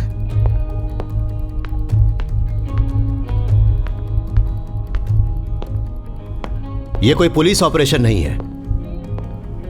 मैं सिर्फ तुम लोगों से कुछ बातें करना चाहता हूं, इसलिए तुम दोनों को यहां बुलाया है। तो फिर सर, इन्होंने हमें पूरे शहर में भगा भगा के क्यों थकाया? और फिर पकड़ने के लिए इन्होंने हमें जोर जोर से मारा। हमें पकड़ने के बाद जीभ मिला के पटक दिया। हम भी तो इंसान है सर, पुलिस वाले नहीं है। मतलब मासूम है हम लोग। बिल्कुल सही सर। अगर ह्यूमन राइट्स वालों से हमने इनकी शिकायत कर दी ना, फिर देखना। हाँ, ये सब भी दिखाना ह्यूमन राइट्स वालों को। सर इनके पास से ही मिला ये सब। हम पहले की तरह भी इस धंधे में नहीं है सर। हमें तुमसे एक बहुत जरूरी बात जाननी है, वो बता दो, फिर तुम जा सकते हो। ये सब सामान जो तुम्हारे पास से बरामद हुआ है, इस पर कोई एक्शन नहीं लिया जाएगा, ये मेरा वादा है। बोलो, मंजूर है? आप जानना क्या चाहते हैं सर? प्ले करो। हाँ, उसमें बहुत खतरा है सर। और जब से ऋषिराज सर आए हैं ना, धंधा ही बंद हो गया। लेकिन अगर कोई अच्छा माल है तो बताइए ना सर। मशरूम, फिश, केमिकल या फिर ऐसे कुछ। इस वीडियो में तुमने जिस मछली का जिक्र किया है, जानते हो उसके जहर से किसी का कत्ल हुआ है। कहां पर मिलता है वो? कौन है उसका डीलर? वो क्या है ना सर, बहुत कम मिलता है ये कुछ बहुत ही खास कस्टमर्स के लिए आता है। बहुत खतरनाक होता है ये। बनाने में थोड़ी सी भी गलती हो जाए तो समझिए वो वही मर सकता है। और वैसे भी ये हमारा प्रोडक्ट नहीं है, इसके लिए आप हमें इतना मारकर यहाँ लेकर आए। टाइम वेस्ट हो गया ना आपका। क्या बजाया है सर? सच बोल। चल बता सब कुछ। देखिए सर, आज तक हमने इसे सिर्फ 2 ही बार मंगवाया है। आपको बताया था ना, ये बहुत ही कम मिलता है। ये तमिलनाडु के एक जिले से आता है, बहुत मुश्किल से। पहली बार इसे ऑर्डर किया एक शिप के कैप्टन ने। कौन था? रशियन था। हाँ, रशियन। पोर्ट पे जाकर डिलीवरी दी हमने। दूसरी बार खरीदार का पता ही नहीं था। एक आदमी ने जवाहर नगर के पास डस्टबिन में माल फेंकने को कहा और हमने वैसा ही किया। जहाँ तक मैं तुम्हें जानता हूँ तुम इसे ऐसे ही छोड़कर तो नहीं गए होगे। छुपकर जरूर देखा होगा कि माल कौन लेकर गया। हाँ देखा था।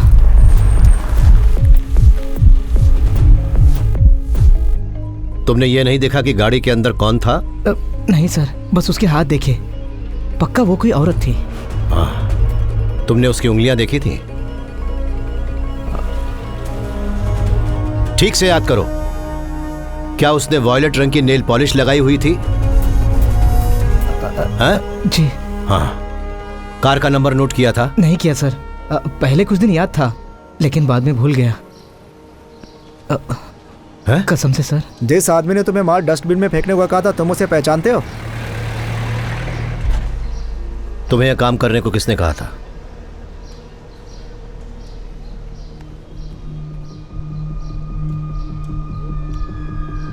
इसने कहा था?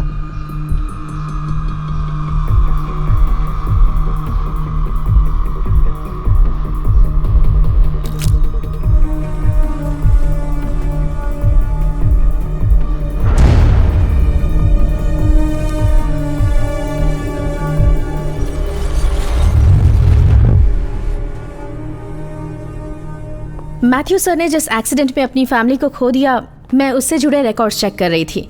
जिस ट्रक ने टक्कर मारी थी उसका ड्राइवर भी वहाँ मारा गया था ना? जी हाँ मैडम। मैंने उस ड्राइवर की पोस्टमार्टम रिपोर्ट चेक की। उसके सिर के पीछे किसी भारी चीज से चोट लगी थी। रिपोर्ट के मुताबिक वही उसके मौत का कारण थी। पर यह चोट उसके सिर में लगी कैसे? किसी बहुत ही भारी मेटल ऑब्जेक्ट के लगने से यह घाव हुआ था। फॉरेंसिक चीफ गीता मैडम ने बताया।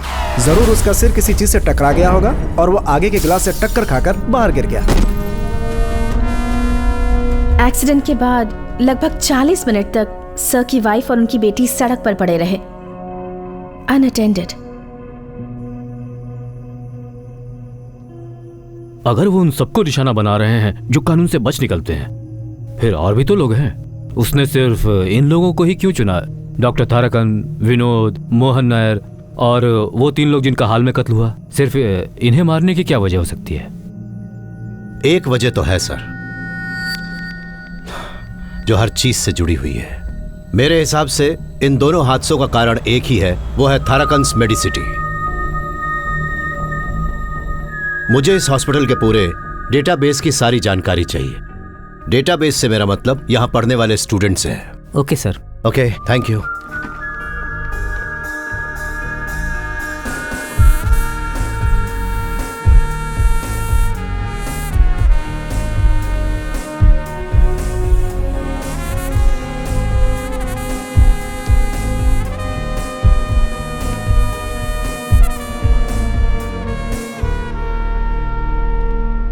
डॉक्टर शक्ति रामास्वामी। शक्ति चेन्नई का एक लड़का था जो केरला में पला बढ़ा। उसके पिता रामस्वामी बगल के एक मेडिकल कॉलेज में सिक्योरिटी गार्ड की नौकरी करते थे। मेडिकल एंट्रेंस एग्जाम की रैंक लिस्ट में शक्ति का भी नाम आया था, लेकिन कॉलेज की फाइनल लिस्ट से उसका नाम हटा दिया गया और वो सीट एक मैनेजमेंट के स्टूडेंट को दे दी गई। तुम्हें किसने आने दिया? अब चलिए बाबा, सर अब चलिए।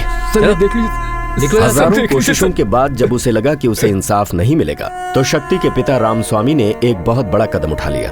कॉलेज के सभी स्टूडेंट्स को गवाह बनाकर सबके सामने उन्होंने खुदकुशी कर ली। शक्ति ने अपनी आंखों के सामने अपने पिता को आत्महत्या करते देखा और अपना मानसिक संतुलन खो बैठा। शक्ति को आपको तो शायद याद ही होगा कि कुछ साल पहले केरला में स्टूडेंट्स की एक बहुत बड़ी स्ट्राइक हुई थी और आखिरकार सरकार को खुद इस मामले को सुलझाना पड़ा था। शक्ति को आखिरकार कॉलेज में एडमिशन मिल ही गया। वो कॉलेज में किसी से भी बात नहीं करता था।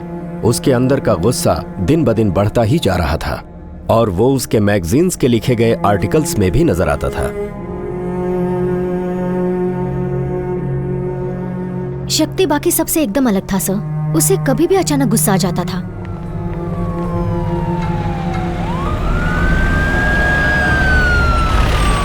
शक्ति ने ही जूते मारकर विद्रोह करने का नया ट्रेंड शुरू किया था। पहली बार उसने ऐसा तब किया था जब हमारे कॉलेज में एजुकेशन मिनिस्टर आए थे। इसकी वजह से उसे कुछ दिन जेल भी जाना पड़ा था, पर वो केस वही खत्म हो गया था। डॉक्टर शक्ति रामास्वामी इज अवर मैन।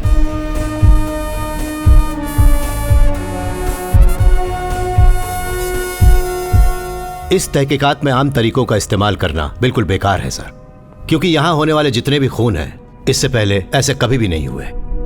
4 मुजरिम जो 2 केसेस से बच निकले, या वो जिन्हें ताकतवर लोगों ने बचा लिया, या काला धंधा करने वाले लोगों की मदद से बच गए। जिन लोगों ने उनकी मदद की उन्हें भी उनके साथ मार दिया गया। पहले केस में जब विनोद शिकार बना था ना, हम लोग थोड़ा हैरान थे, याद है?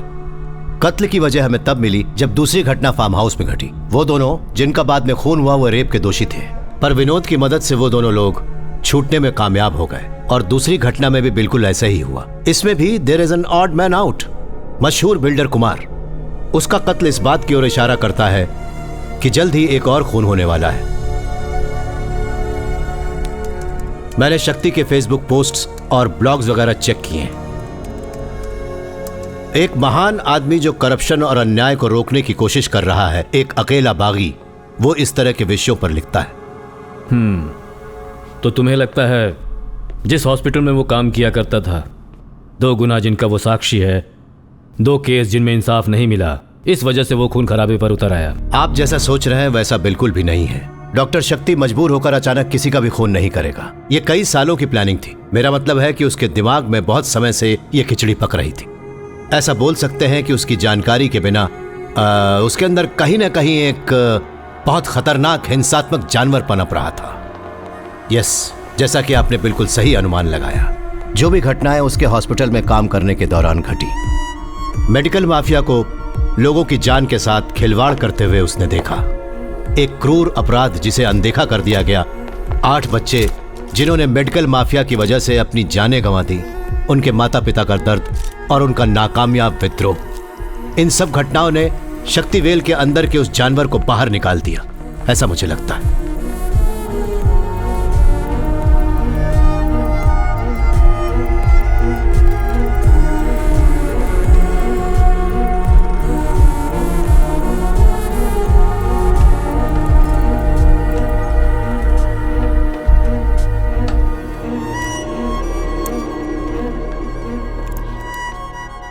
उसे पकड़ने का फिलहाल कोई जरिया नहीं है सर।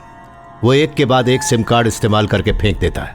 किसी भी सीसीटीवी कैमरा में उसका चेहरा नहीं दिखा है सर। फिलहाल हम लोगों के पास उसके खिलाफ कोई भी सबूत नहीं है सर। और वो लड़की जो उसके साथ थी? मैं उसी बात पर आ रहा था सर। उसका नाम है श्रिया वेंकटेश, बेंगलोर से है। पिता कन्नड़ी थे, माँ मलयाली। क्या है? वो शक्ति से 1 साल जूनियर थी। टाइम हो गया। शक्ति ने उससे दूर रहने की बहुत कोशिश की, लेकिन फिर भी वो उसके काफी करीब आ गई। दोनों में एक ऐसी गहरी दोस्ती हो गई जो सिर्फ 2 अकेले लोगों के बीच ही हो सकती है। कुछ स्टूडेंट्स जो उन दोनों को जानते थे, उन्होंने बताया कि उन दोनों के बीच एक अजीब सी केमिस्ट्री थी।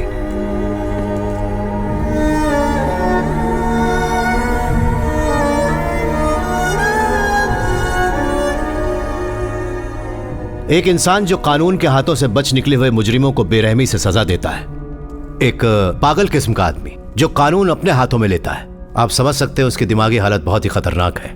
उसका अगला टारगेट कौन होने वाला है सर? नहीं, खुद ही अनुमान लगाने से ज्यादा जरूरी है डॉक्टर शक्ति और उसके साथ उस लड़की को पकड़ना। उसका शिकार हमारी फोर्स स्टेट लेवल पर करेगी और मैं खुद जोनल एडीजीपी को फोन करता हूँ। मुझे अब जाने की इजाजत दीजिए सर। अब जितना भी काम बचा है वो स्टेट पुलिस फोर्स का है। मुझसे जितना हो सकता था मैंने किया। फैसला कर लिया? जी सर, फैसला कर लिया। मैं ये ऑपरेशन पूरा करके ही रहूंगा मैथ्यू। मेरे पास वक्त बहुत कम है। सर।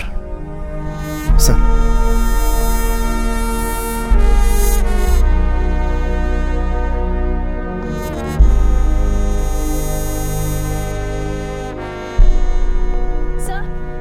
1 minute sir. आपके जाने से पहले कुछ बताना चाहती हूँ। यस सर, आपकी फैमिली का जो एक्सीडेंट हुआ था वो कोई एक्सीडेंट नहीं, एक साजिश थी। मुझे आपको कुछ दिखाना है सर।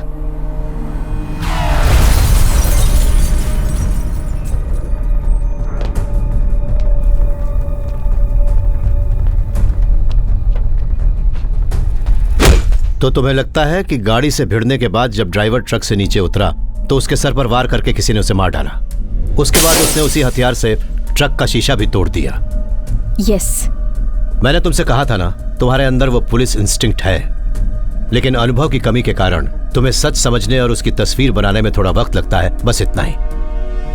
जिस दिन मेरी नौकरी का आखिरी दिन था, उस दिन मैं सुबह सुबह पुलिस के कारखाने में गया था। मैंने वहां पर वो ट्रक देखा। हर्षिता, जो तुमने मुझे बताया वो मैं पहले से ही जानता हूं। आप ऐसे कैसे छोड़ सकते हैं? जिसने ये किया हमें उसे पकड़ना चाहिए। कुछ चीजों को नजरअंदाज कर रहा हूं, जानबूझकर। मुझे पता है ये इतना आसान नहीं है। ये गलत है सर। जिस इंसान ने आपकी जिंदगी बर्बाद कर दी, आप उसे छोड़ कैसे सकते हैं? जो चीज एक बार खो गई वो हमेशा के लिए खो गई, कोई उसे वापस नहीं ला सकता। बट सर आप... नो हर्षिता, मैं एक सीमा रेखा पर खड़ा हुआ हूं।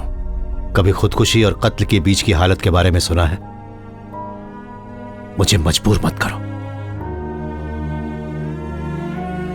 मत करो मुझे मजबूर।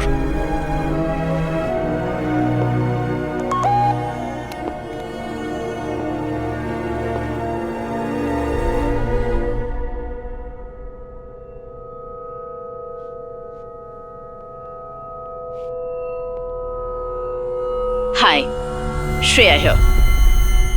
First, I want to tell you something. जिस IP एड्रेस से मैंने ये वीडियो मेल किया है, उसे ट्रेस करने में वक्त बर्बाद मत कीजिए। वो फेक है।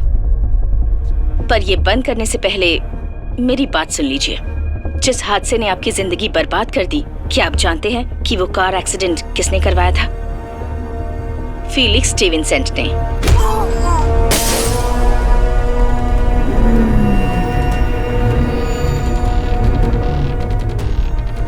कल वो केरला आने वाला है। मैं आपको उसकी लोकेशन भेज रही हूँ। उससे बदला लेने का ये अच्छा मौका है। आप चाहें तो इसका फायदा उठा सकते हैं। उसके जैसे मुजरिमों को सजा मिलनी ही चाहिए। हमारी इच्छा है कि ये न्याय आपके हाथों हो, क्योंकि बदले में जो सुख है वो और किसी में नहीं।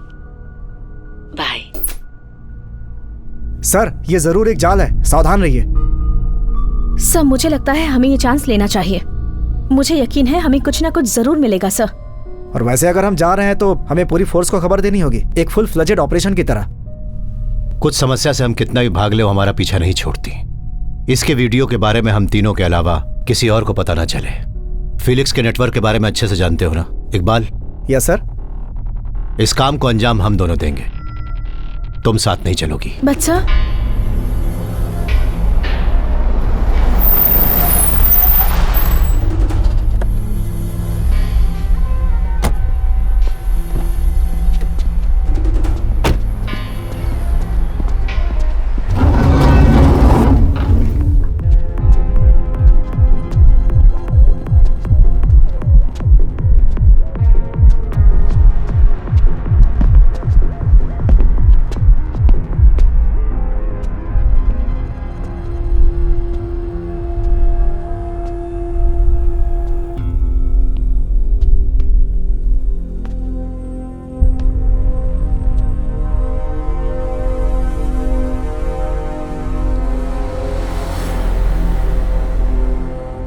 Matthew?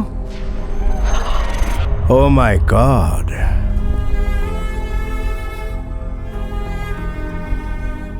Matthew, you are impossible. मुझे लगा मैंने तुम्हारी कहानी खत्म कर दी, लेकिन जरा देखो तो, तुम फिर आ गए। पर आए हो किस मकसद से? बदला लेने। पर अब तो तुम पुलिस वाले हो भी नहीं। बेवकूफ, अभी भी मैं पुलिस वाला हूँ।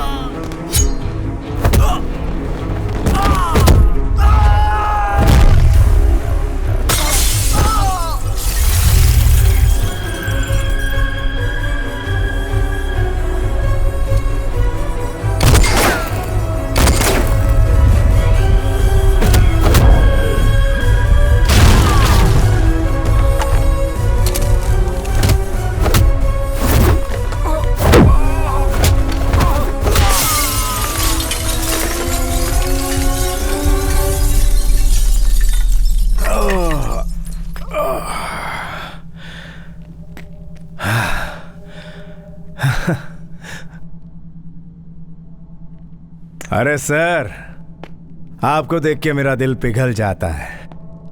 पता है क्यों? सिंपैथी। आप कुछ नहीं जानते मिस्टर मैथ्यू। तू अपना मुंह बंद रख।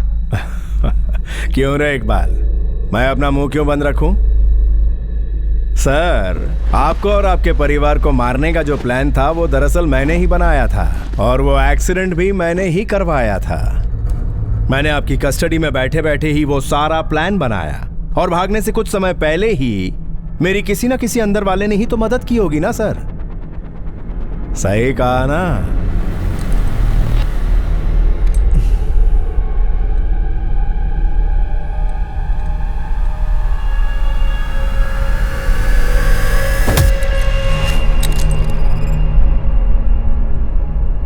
इकबाल?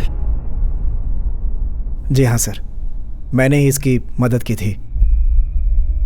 आपको तो पता ही है, मेरी बेटी की सबसे बड़ी इच्छा मेडिकल कॉलेज में एडमिशन लेना था। जिंदगी में कभी मैंने 1 रुपया तक रिश्वत नहीं ली सर, तो इतने बड़े कॉलेज में डोनेशन कहाँ से दे पाता। जब मैंने अपनी बेटी के बारे में सोचा तो मैं अपने आदर्श भूल गया सर। बेटी के भविष्य के लिए मैंने इसके साथ हाथ मिला लिया।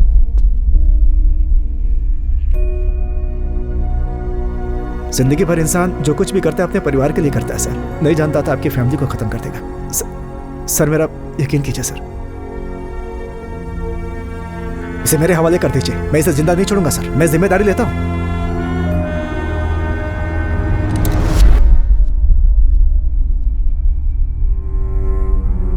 और मैं अच्छे से जानता हूं डॉक्टर शक्ति यही चाहता है, इस आदमी को मैं अपने हाथों से खत्म कर दूं।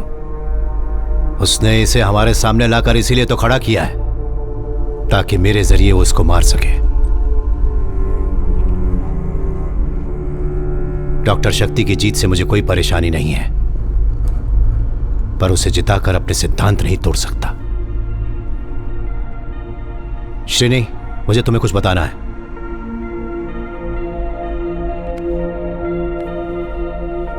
इकबाल सर, पुलिस को सरेंडर कर दो।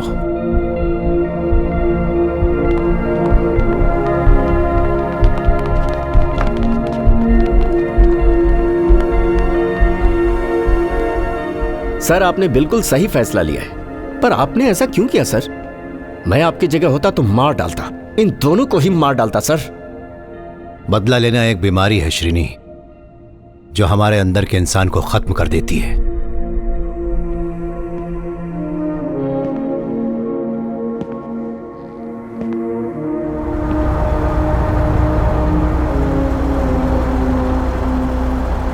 मेरा सफर जो उस वक्त रुक गया था वो अब शुरू होगा। नीलिमा का सपना पूरा होने तक मुझे कितनी दूर जाना होगा और कितने दिनों तक पता नहीं।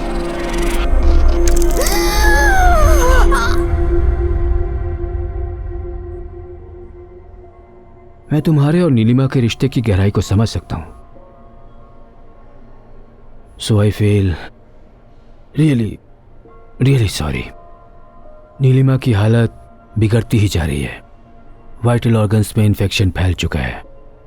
जब भी वो होश में आती है उसका दर्द और भी ज्यादा हो जाता है। इस समय वो बहुत ही कष्ट में है। मुझे ऐसा कहना नहीं चाहिए मैथ्यू, पर तुम ऊपर वाले से प्रार्थना करो कि वो इसे इस दर्द से मुक्त कर दे।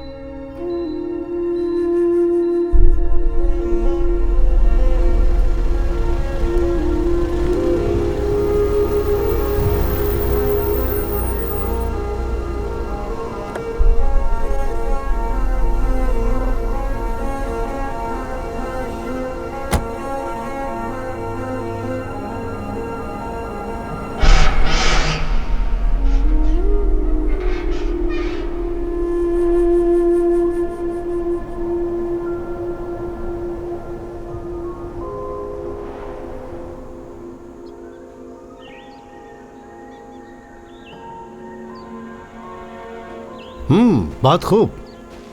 मैं तुम्हें सलाम करता हूँ। तुमने अकेले ही ये जगह ढूंढी और इसे रजिस्टर भी करवा लिया और इसकी खूबसूरती दिखाने मुझे यहाँ ले आई। तुम वाकई कमाल होनी लगी। तो इस बात का एहसास तुम्हें अब हो रहा है। देखो, मेरी सारी सेविंग्स खत्म हो चुकी हैं। अब से तुम्हें मेरा साथ देना होगा। हम अपनी फैमिली प्रॉपर्टी बेच देंगे, फिक्र मत करो। मुझे सच बताओ, इस स्कूल से तुम्हें कोई तकलीफ तो नहीं हो रही ना? क्यों? गरीबों की मदद करना पुण्य का काम है। और अब जब मालू का कैरियर सेट हो चुका है तो जमीन जायदाद का क्या करेंगे?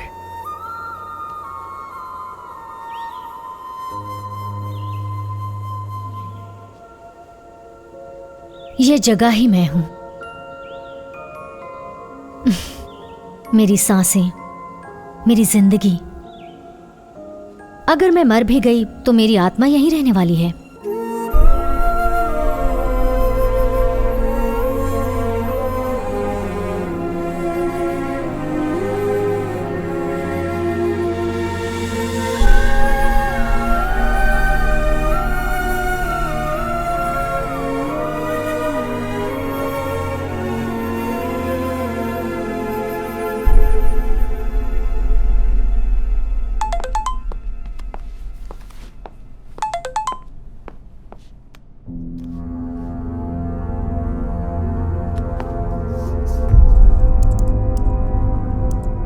ये मैंने थारकंस मेडिसिटी की कार पार्किंग की सीसीटीवी फुटेज में देखा।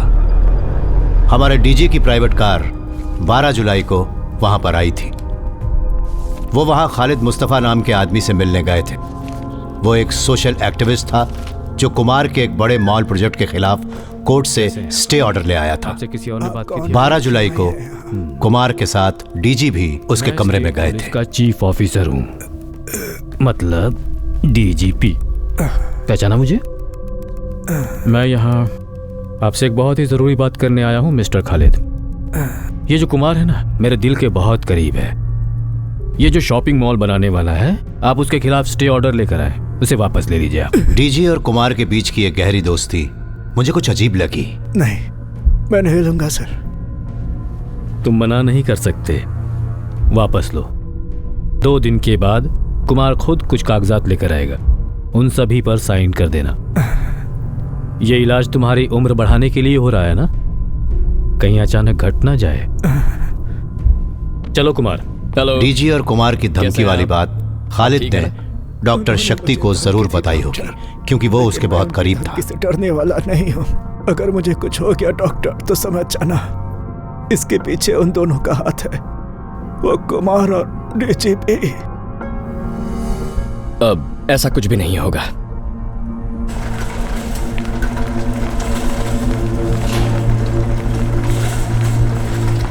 डिस्चार्ज होने के ठीक 2 दिन बाद शक्ति की आंखों के सामने खालिद की लाश पड़ी हुई थी।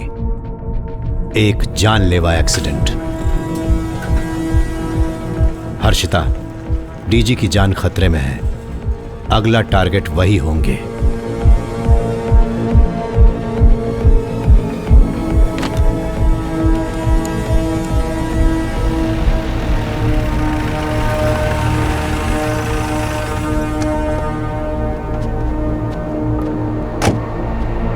Srini. Sir. When did it happen?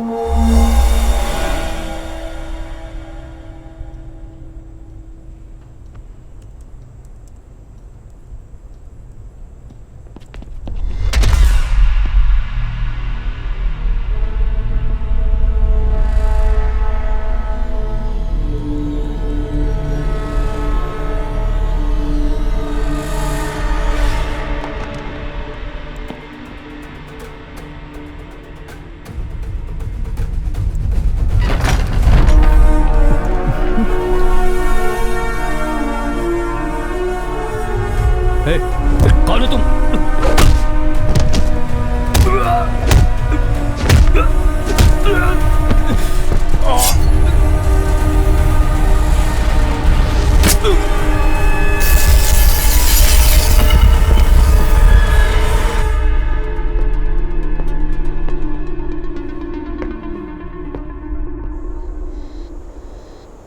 वो सिर्फ आपके साथ नेगोशिएट करेंगे सर, आपको अकेले जाना होगा।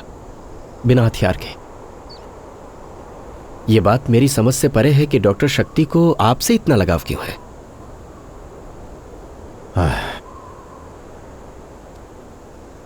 हर बात के पीछे एक वजह होती है श्रीनी।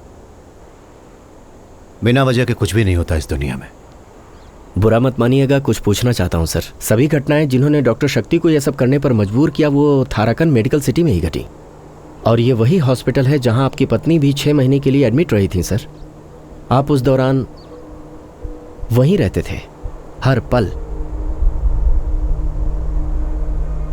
सर, क्या आपका इन घटनाओं से कोई संबंध है जिसके बारे में मैं न जानता हूं?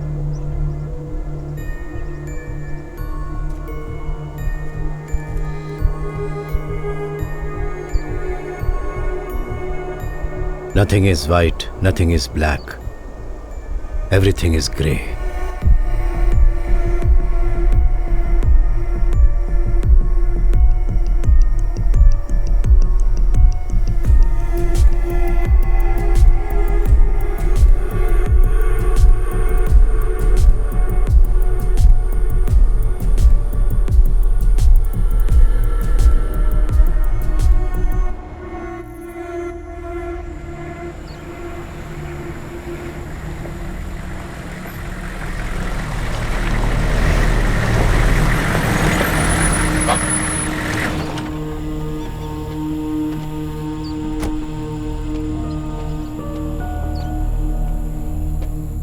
Hello sir, I am Shreya. Sir, आपको डॉक्टर शक्ति से मिलने से पहले एक शर्त माननी होगी। आपको बेहोश किया जाएगा। आप 1 घंटे के लिए नींद में होंगे। अगर आपको ये शर्त मंजूर है तो आप चल सकते हैं, नहीं तो मैं वापस जा रही हूं और आप डीजीपी को भूल जाइए। ओके, मैं चलूंगा। Good, let's go. आप कुछ वक्त के लिए ट्रांस में चले जाएंगे।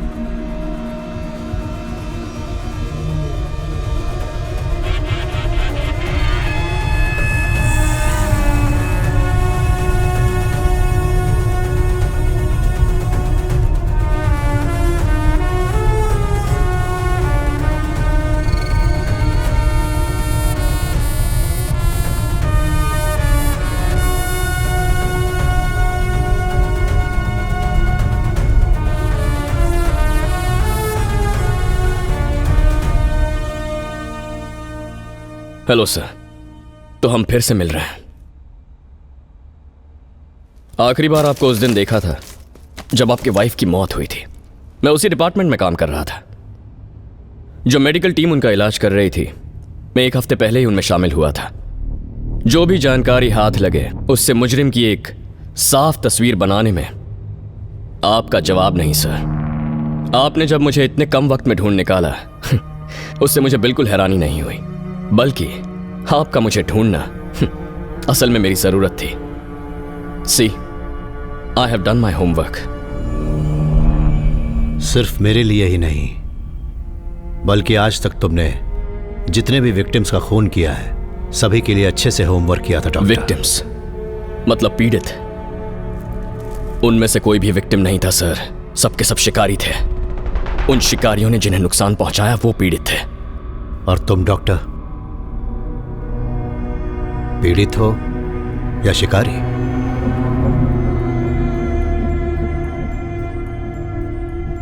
मैं दोनों ही हूं। हम सभी में दोनों बसे होते हैं, एक ही पल में पीड़ित, दूसरे में शिकारी। मैं एक बार डीजी को देखना चाहता हूं। घबराइए मत, वो सुरक्षित है, पर ज्यादा देर नहीं रहेंगे। आप पूरी पुलिस फोर्स में सबसे सही इंसान थे नौकरी छोड़ने तक। एक तरह से आप कानून का प्रतीक हैं। तो आज आपको साक्षी मानकर मैं उस स्टेट पुलिस चीफ को सजा दूंगा, उसने किए हुए घिनौने जुर्म के लिए। घूर क्यों रहे हैं सर? यह इंसाफ देने का मेरा तरीका है। सर, दुनिया में इंसान को सिर्फ एक चीज कंट्रोल कर सकती है, डर। वो डर जो हम सभी के अंदर होता है, बल्कि भगवान में विश्वास करना भी एक तरह का डर ही है ना। जो इंसान गुनाह करेगा उसे मुझसे डरना होगा, क्योंकि अब से डर का नया नाम है डॉक्टर शक्ति रामास्वामी।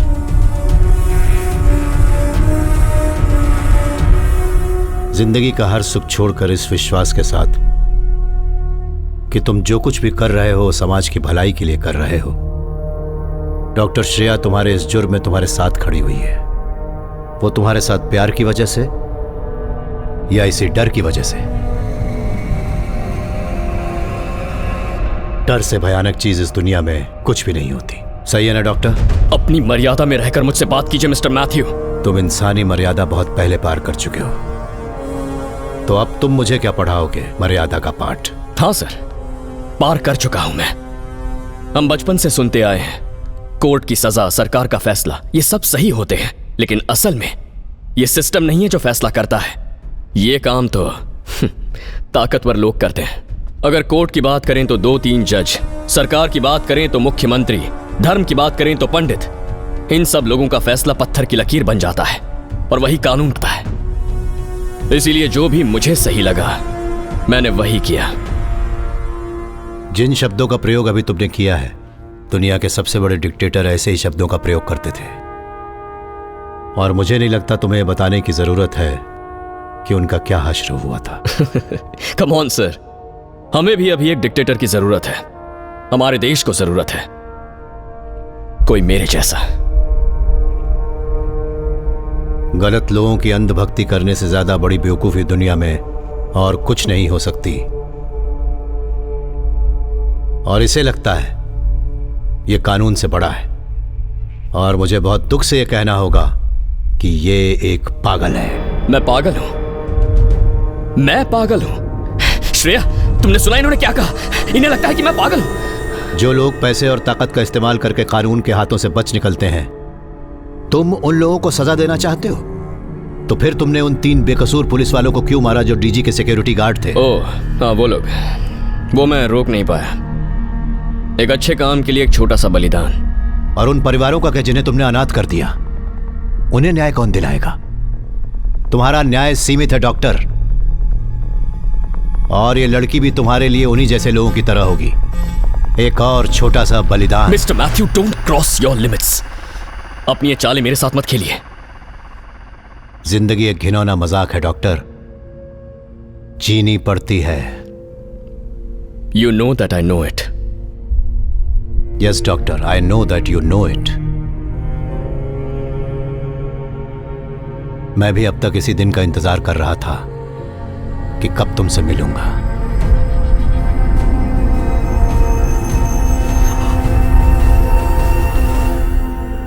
पर तुम ऊपर वाले से प्रार्थना करो कि वो इसे इस दर्द से मुक्त कर दे। अब और नहीं, मुझसे ये दर्द सहन नहीं होता।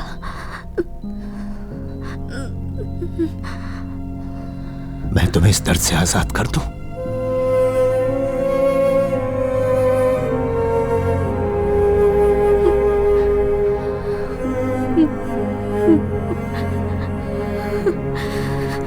जिंदगी में मैंने कभी भी किसी से इतना प्यार नहीं किया।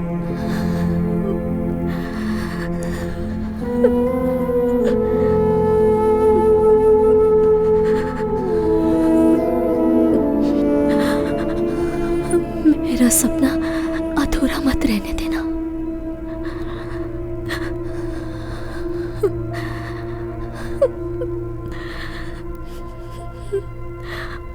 वादा करो कि वो स्कूल बनवाओगे।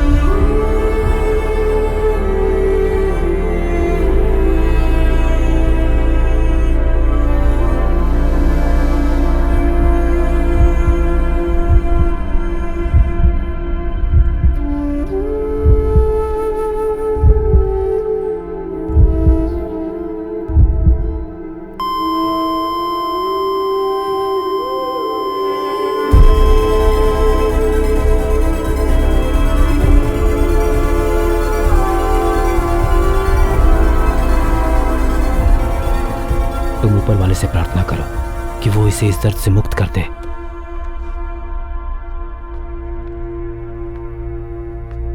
आपकी पत्नी की मौत के बाद मुझे एहसास हुआ कि आपका फैसला सही था। अगर सोचा जाए तो आपने भी वही किया जो इंसाफ था। आप बिल्कुल मेरे जैसे हैं, इसीलिए मैंने सारे सबूत मिटा दिए।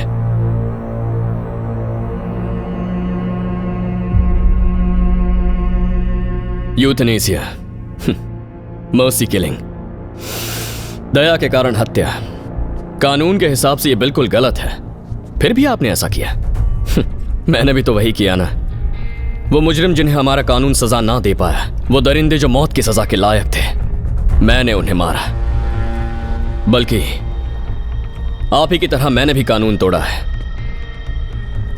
अब बताइए मुझे, हम में से विलन कौन है? आप हैं या फिर मैं? तुम गलत हो डॉक्टर। हम एक जैसे बिल्कुल नहीं।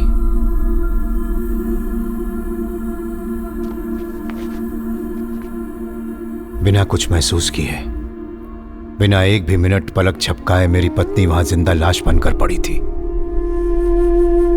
और थोड़े वक्त के लिए जब भी उसे होश आता, तुम भी जानते हो कि वो किस दर्द से गुजर रही थी। उस दर्द में भी वो मुझसे पूछती रहती कि हमारी बेटी कैसी है। उसे मालूम था कि वो उसे फिर कभी नहीं देख पाएगी, फिर भी वो पूछती ही रहती। और जब मैंने पूछा कि क्या मैं तुम्हें इस दर्द से आजाद कर दूं, वो मेरी तरफ देखकर मुस्कुराने लगी। उसकी आंखें बंद हो रही थी, सांस भी नहीं चल रही थी। मैं वहां खड़ा देखता रहा और तब मुझे एहसास हुआ कि दरअसल प्यार की आखिरी मंजिल मौत होती है। I killed her out of love. You kill people out of hate. हम दोनों एक दूसरे से बिल्कुल अलग हैं डॉक्टर। बस बहुत हुआ मिस्टर मैथ्यू मंजूरन। मैं आपको यहां जिस लिए लेकर आया हूं वो होकर रहेगा। अब बैठ जाइए। श्रेया, नजर रखो।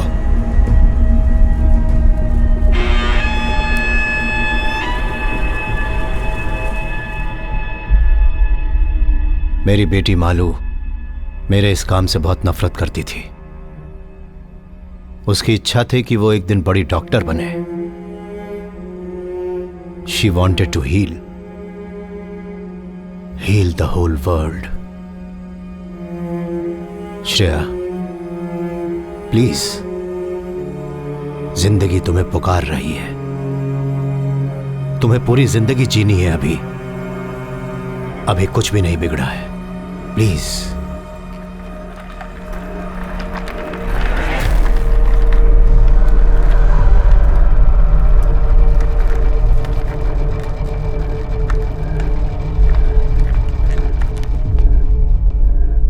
इस आदमी का काम था आम लोगों की जान की रक्षा करना, उनके अधिकारों की रक्षा करना, पर इसने ऐसा नहीं किया।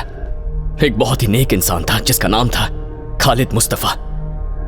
इसने मारा उसे। नहीं मैथ्यू, नहीं। उसकी मौत एक राज बनकर रह गई। केस फाइल करने वाला भी कोई नहीं था। कम से कम तुम तो मेरा यकीन करो।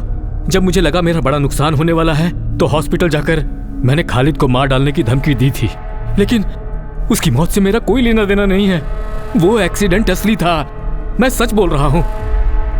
मेरा यकीन करो मैथ्यू, प्लीज। पर मुझे तुम पर यकीन नहीं। डॉक्टर, मुझे गुस्सा मत दिलाओ मिस्टर। प्लीज। मैंने कहा मुझे गुस्सा मत दिलाओ।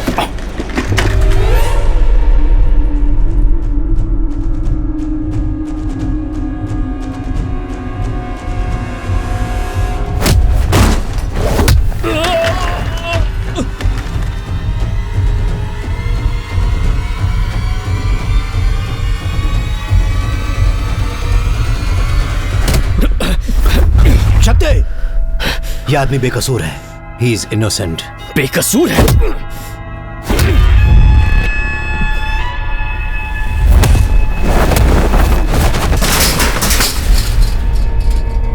डॉक्टर प्लीज मेरी बात सुनो।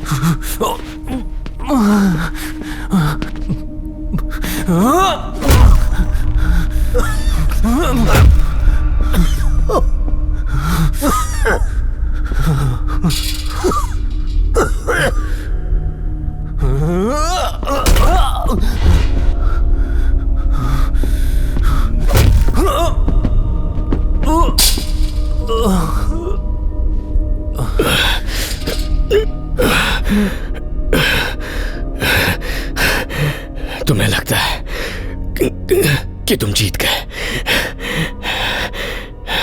नहीं।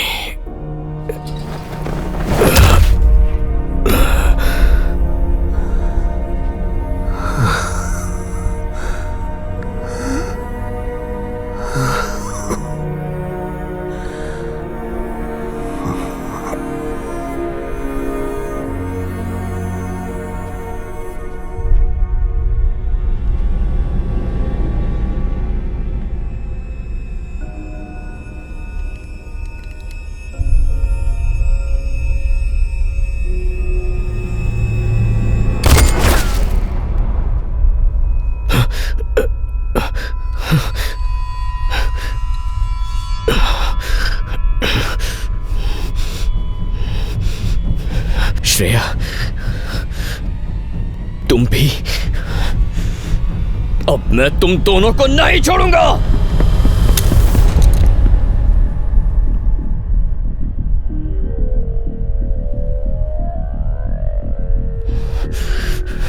शूट मी, शूट मी।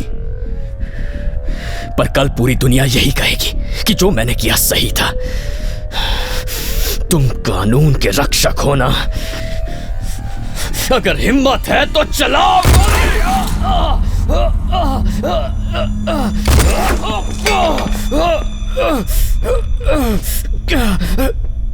कैसे इंसान हैं आप sir?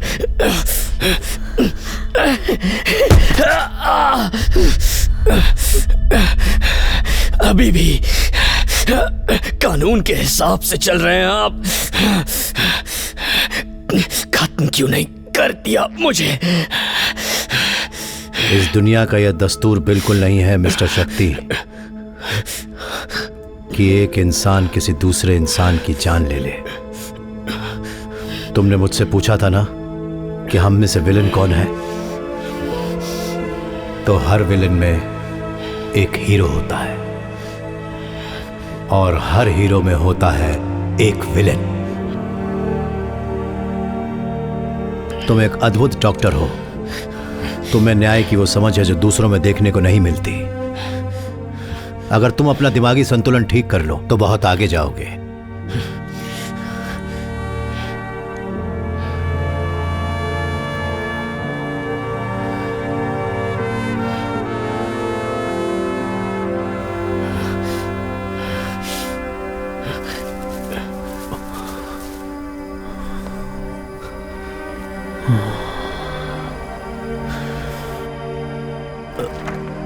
I am sorry Matthew, मेरी गलतियों के लिए माफ कर दो।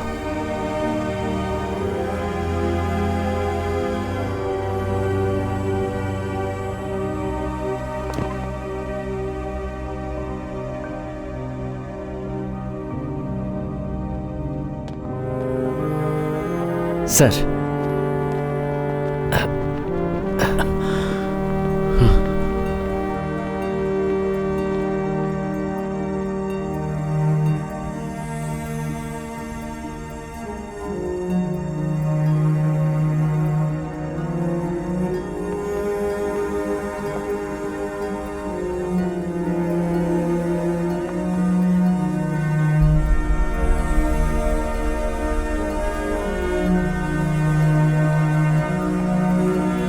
सर आप